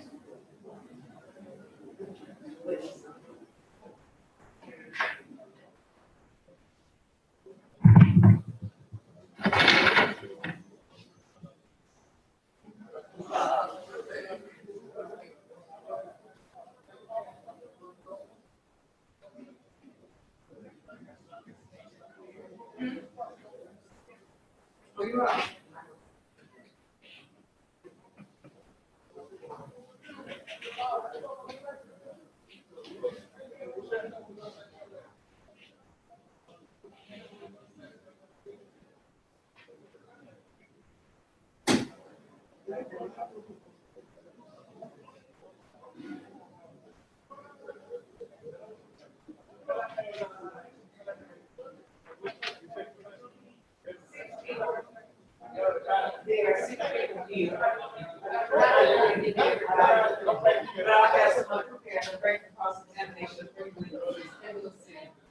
We'll see how it works over there. Oh, that's right. Yeah. We'll see how it works. We'll see how it works. Yeah, I forgot about that. But I'm okay with it.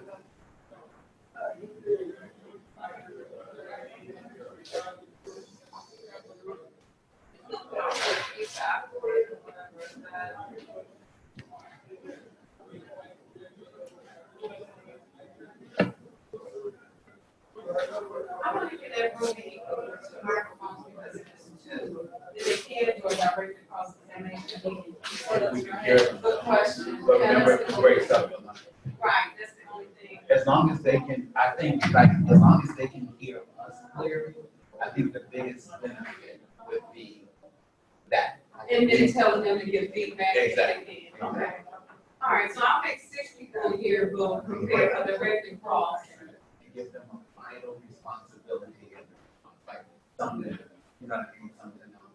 And somebody, and 2 people are gonna go close to the one for prosecution.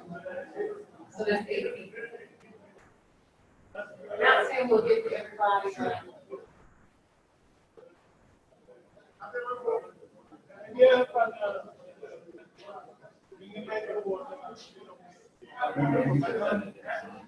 Why do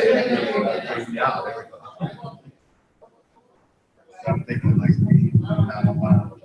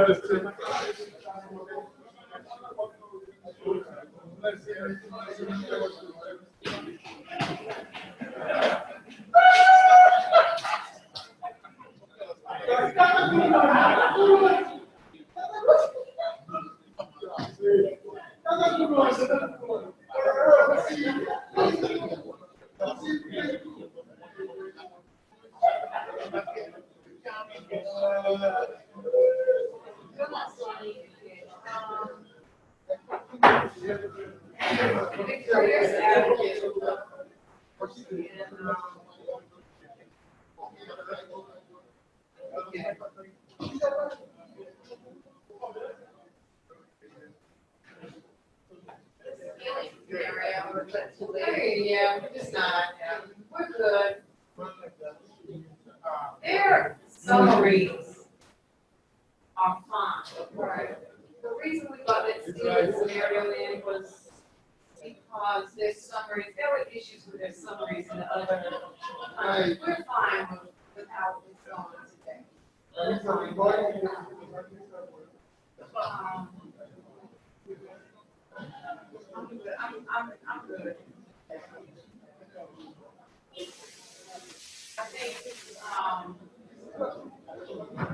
I think he's correct in that we really in here in California don't have a worker bee. Like, you know, these are supervisors. Oh, yeah. You know, we don't have a worker bee. In the other places, we have worker bees.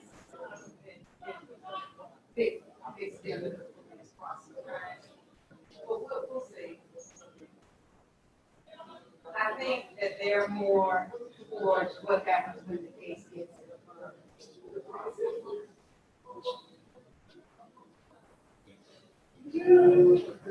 From that report that the police prosecutor read yesterday from both of our staffs that were guilty pleas, he actually had a thorough summary.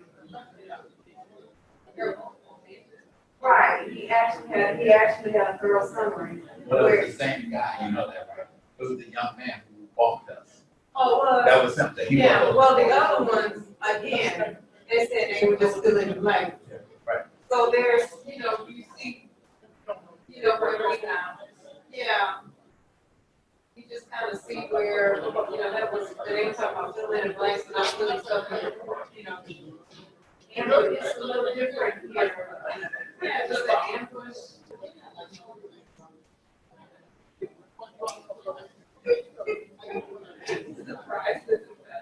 I remember when he said that, we don't just kind of stop. And I just stopped right away.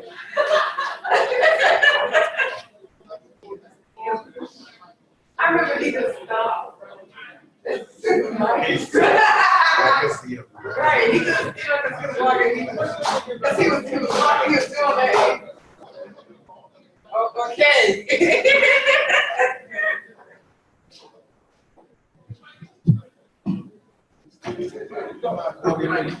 Are we ready? Yes, yes. Thank you so much. Yes, yeah.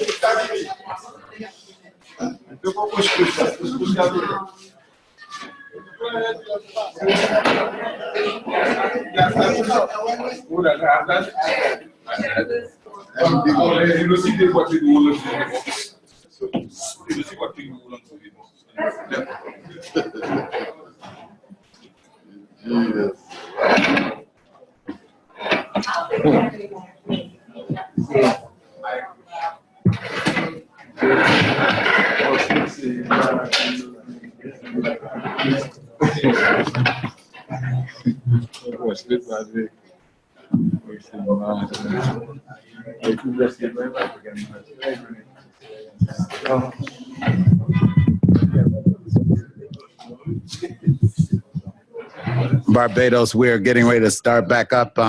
If you guys are ready.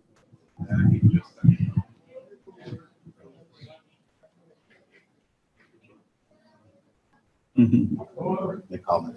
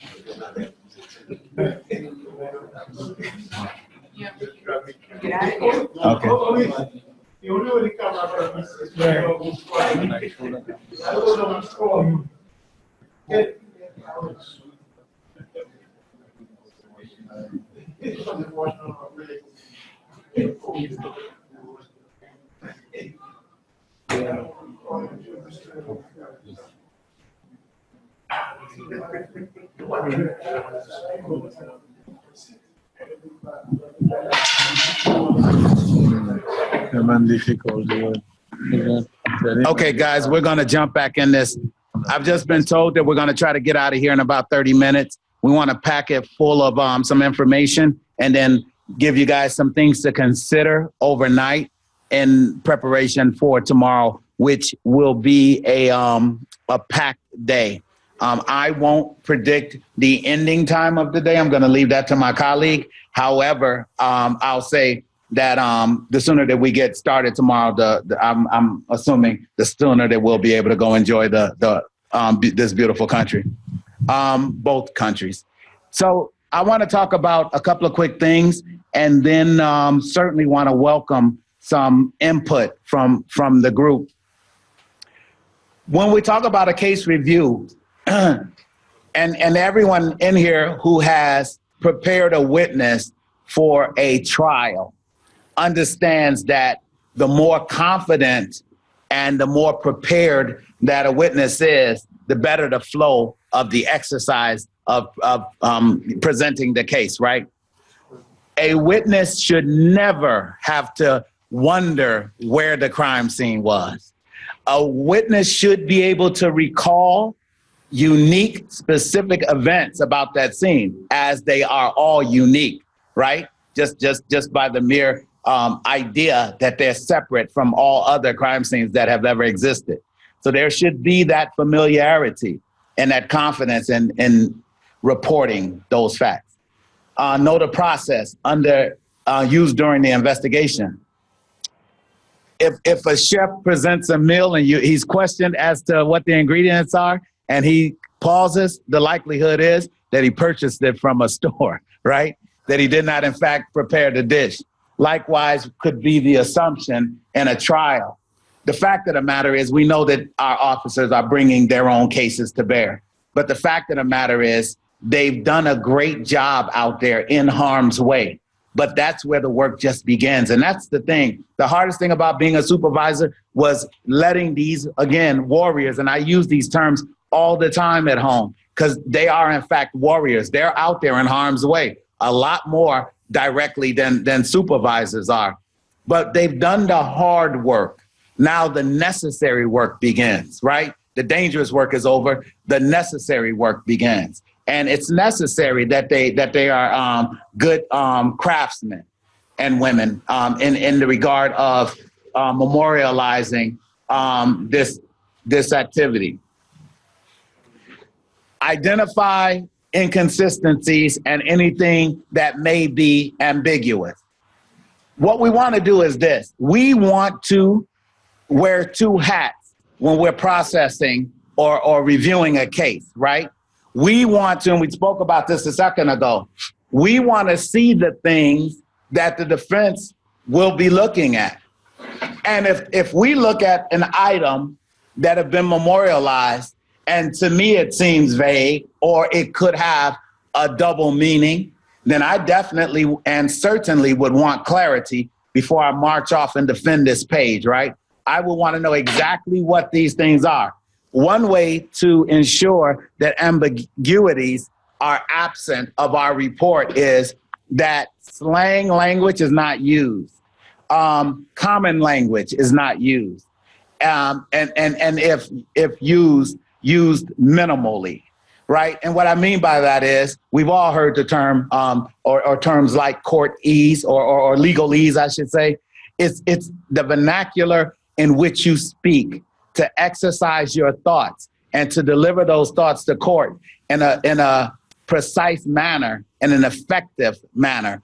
We all come to know that language. We must let our subordinates in on that secret, right? It shouldn't be a secret. It's a language that we must share. That language, that conversation begins on the onset, though. At the onset, our reports should mimic what it is that we're going to speak to in court. It shouldn't be two different languages being spoken.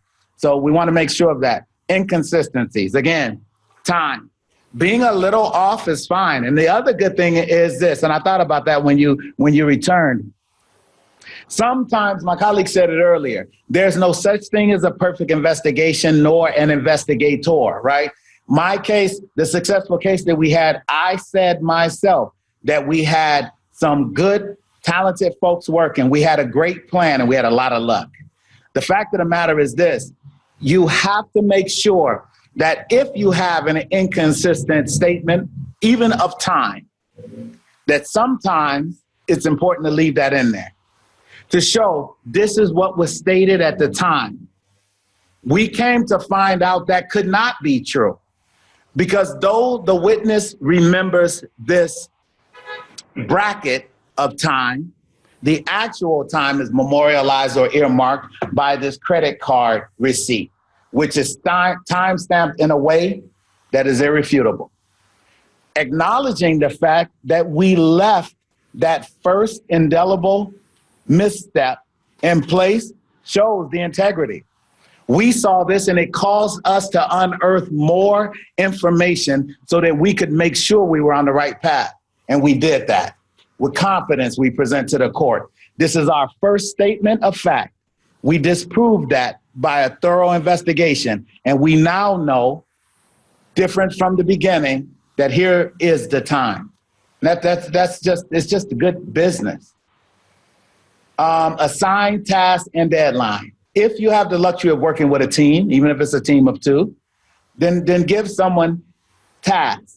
And I would assert, make sure those tasks are different. I don't want a person I'm really, really good at inventorying, but I'm not really good at typing. I just, that part of the transaction just people have to be. Someone told me earlier today or yesterday, I can't remember, we did a lot of visits here, that though you may enjoy an assignment today based on departmental needs and what's going on in the environment, that you could shift over to another area of responsibility. It's exactly the same by me. If I leave narcotics and I go to gang investigations, I can't be completely lost. And, you know, I have to understand investigations. I must be equipped well enough, or I'm not useful as a supervisor. I should be able to supervise people across the spaces of law enforcement, right? And then those deadlines. Deadlines, timelines, two completely different things, but they both tell us what to do. A timeline says we must keep this thing in mind. A deadline says today, period. Next week, period. Because there's a group waiting for us. They're counting on us.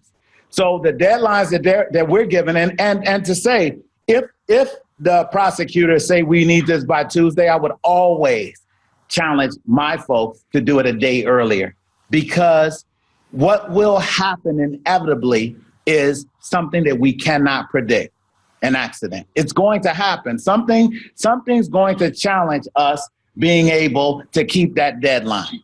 So let's challenge ourselves and let's make a new deadline, because if we make the new deadline, great. If we fall short, we've still made met the original deadline.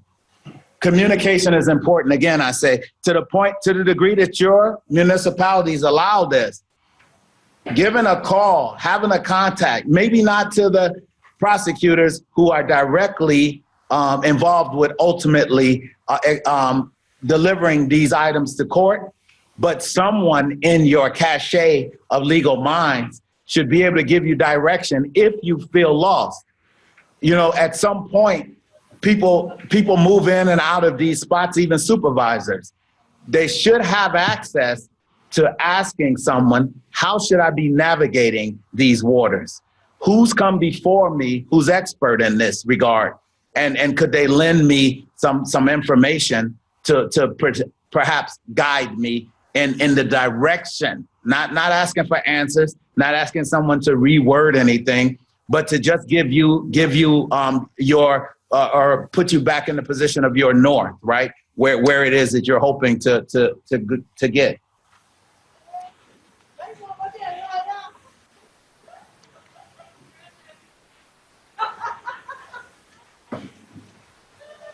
You wanna go to this one?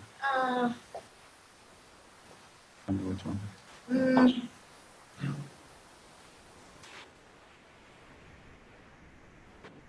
Gone through that as far as a prosecutor. I mean, you know, before you present a case to the court or to a jury, you've got to review the completed files.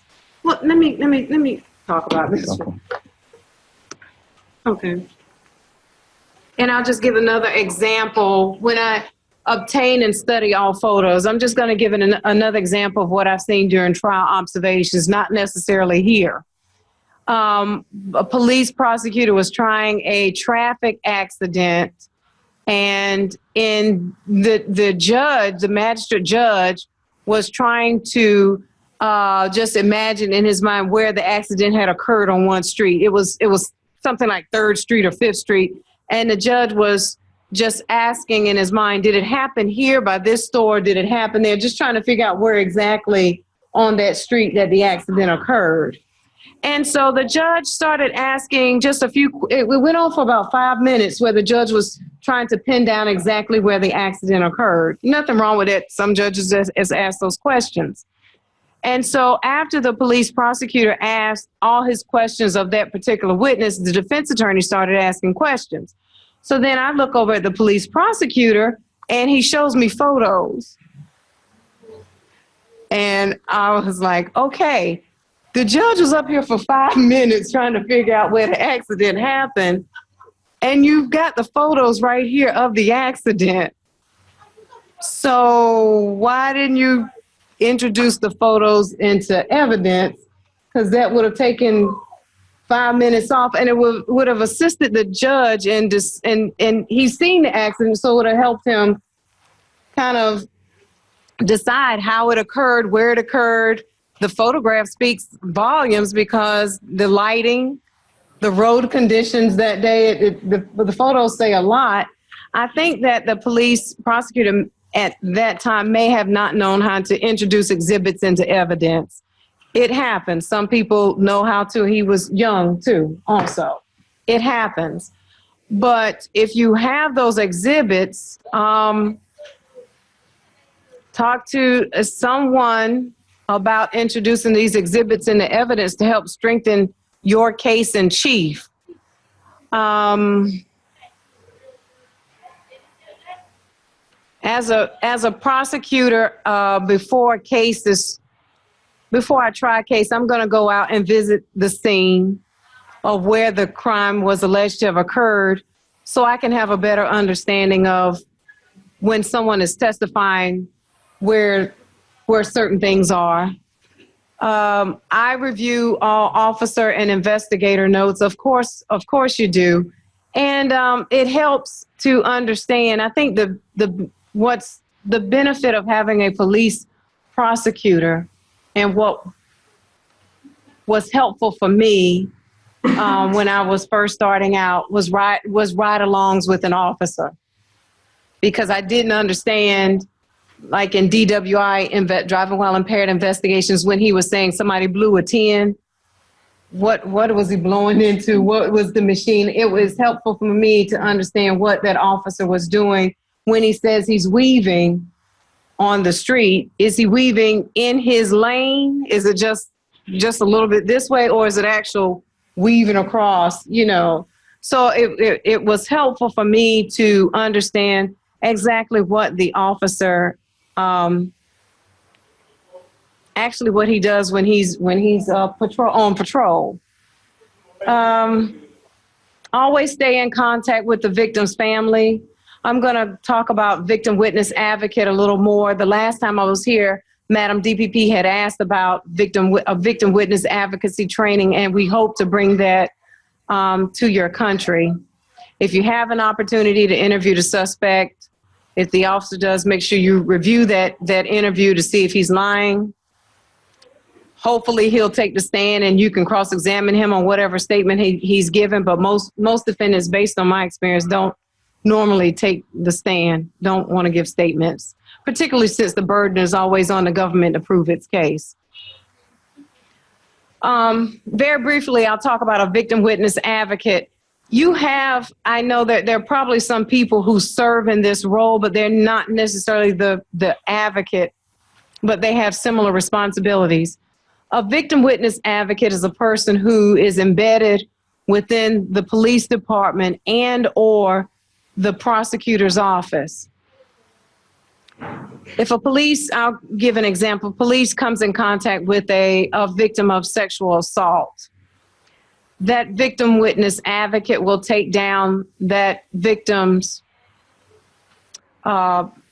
name, address, contact information, a relative's contact information. That victim witness advocate will also educate the victim about the criminal justice system, how long it may take, what the different processes are, what an initial appearance is, when disclosures will be handed over to defense counsel. If the case is adjourned, when is the next court date?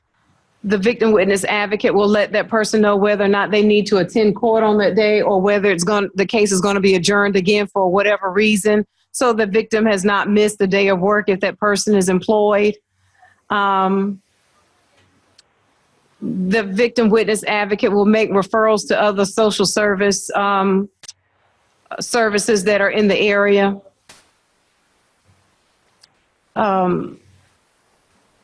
Sometimes when if a defendant is going to plead guilty, sometimes the victim does not want to confront the defendant, and the victim witness advocate will assist that victim in preparing a victim impact statement as far as how this crime has impacted their life and what they want some recommendation as to what type of sentence they might want the judge to impose. Not saying that the judge would oppose that, but they have a right to be heard at sentencing. And so the beauty of having a victim witness advocate as a prosecutor is I already have a lot of cases on my desk, and I don't have time, and I don't want to say this the wrong way, I don't have time to necessarily every day hold that victim's hand. But there's someone that's his or her job to provide support for that person.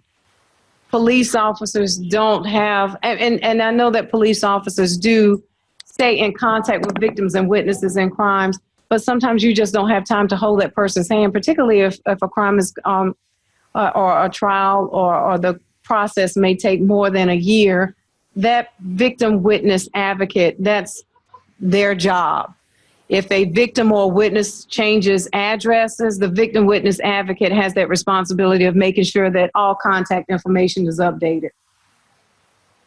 And so we hope to provide someone here to your country to provide that type of training for certain individuals to help out police and prosecutors. But does anybody have any questions about a victim witness advocate? Any comments? They're very helpful. Okay. Are there any questions before we give tonight's homework? Any comments before we give tonight's homework? We'll put this information up, our contact information up tomorrow. But this is Joanne Richardson is the senior program manager. Without her, this training wouldn't be possible. You have my contact information. You have Landon's contact information. Whatever you take away from our training today and tomorrow, if you decide to put it in, to utilize any of the information, such as the checklist, if there's different ways you're preparing your reports, anything of that nature, please contact us and let us know. The embassy wants to see results from the training, and that's where we are able to justify getting money and providing training to you. So if you make changes, however minor they may be, let us know. If the changes that you've made have worked, please let us know. If you have an investigation and you just want to bounce some ideas off of us, please let us know. We more than welcome the communication. It won't just end after this training. Okay. For the people in Barbados, for the police prosecutors, would you raise your hand if you had the trial advocacy training? Okay, so there have been a few that had trial advocacy. Okay, all right. The people in the police prosecutors in Dominica haven't had trial advocacy. I think that some of the prosecutors have, but not the police prosecutors yet. So I'm going to spend some time tomorrow doing an overview of direct cross-examination and closing arguments. I'm not going to really talk about closing arguments because it's not really utilized here. And based on my experiences, and my experiences are pretty much similar to yours in state court, we didn't have time to do openings. We had to get the cases moving, but we had time for closings. And so we're going to work on closings tomorrow. For the, who's in Barbados that can pass out the handouts? Okay, for the coordinator in Barbados, there should be handouts that if you could pass those out to the participants, and we'll pass the hand for day 2. They're labeled day 2 handouts. If you could pass those out to the participants right now. Thank you. And we're going to pass out handouts for you two for tonight. Question. Yes. We're interested in finding out if you can get a soft copy of the checklist for the prosecutor. Yes, we can. Which checklist? Do you know which tab? You want I think they got about 5, the different ones. Okay, we'll send the. And the additional 2 that you have, send the whole thing. Okay, it should be on the. It should be on the. If you can connect to CBSI, all the forms are downloaded on CBSI. If you can't obtain them from, we'll send them to you, but they should be downloaded on the CBSI, and you should be able to pull them up. But just let us know tomorrow if you're not able to obtain those documents. Okay. Where's mine? They have other materials in yours.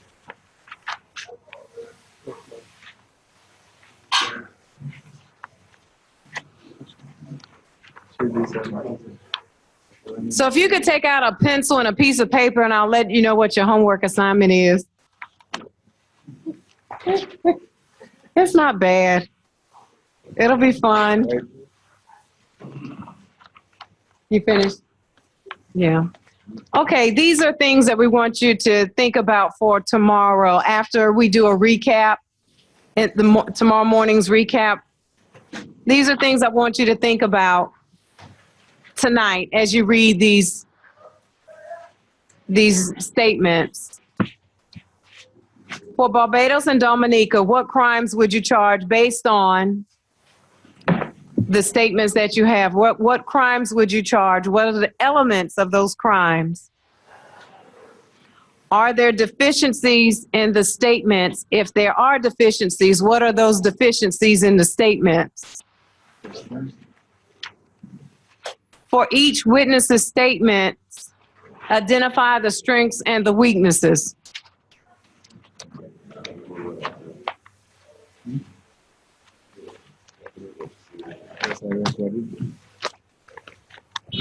I am hoping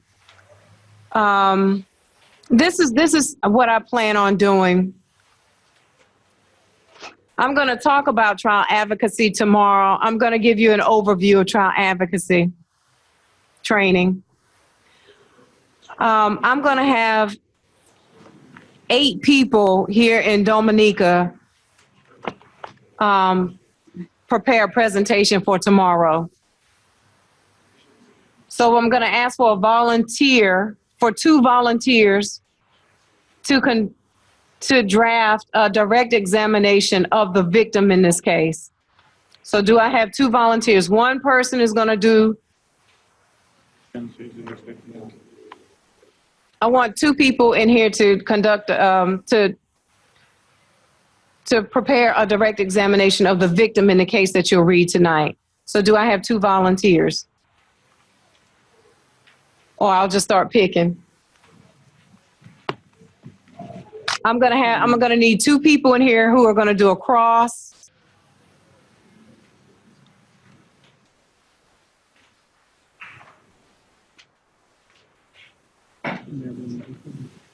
I'm sorry, let me back up. I need 2 people for the victim. One person is going to do a direct examination and one person is going to do a cross-examination if you were defense counsel. Do I have a volunteer for someone who's going to do a direct examination of the victim? Landon, you want to pick somebody? A direct examination of the victim? Okay.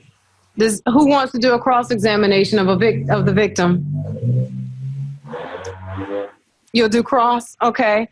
A direct examination of Colleen Irish. Direct examination of Colleen Irish. That's another witness in this case. Anybody? Landon, you want to pick somebody? Somebody on this side, since we got 2 on this side, somebody on this side, a direct examination of Colleen Irish.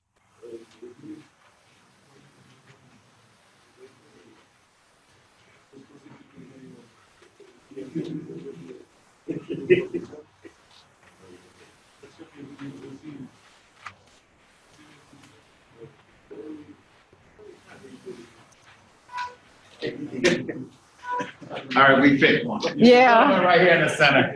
All right, you're gonna do, you remember, you do a direct of Colleen Irish and someone do a cross-examination of Colleen Irish.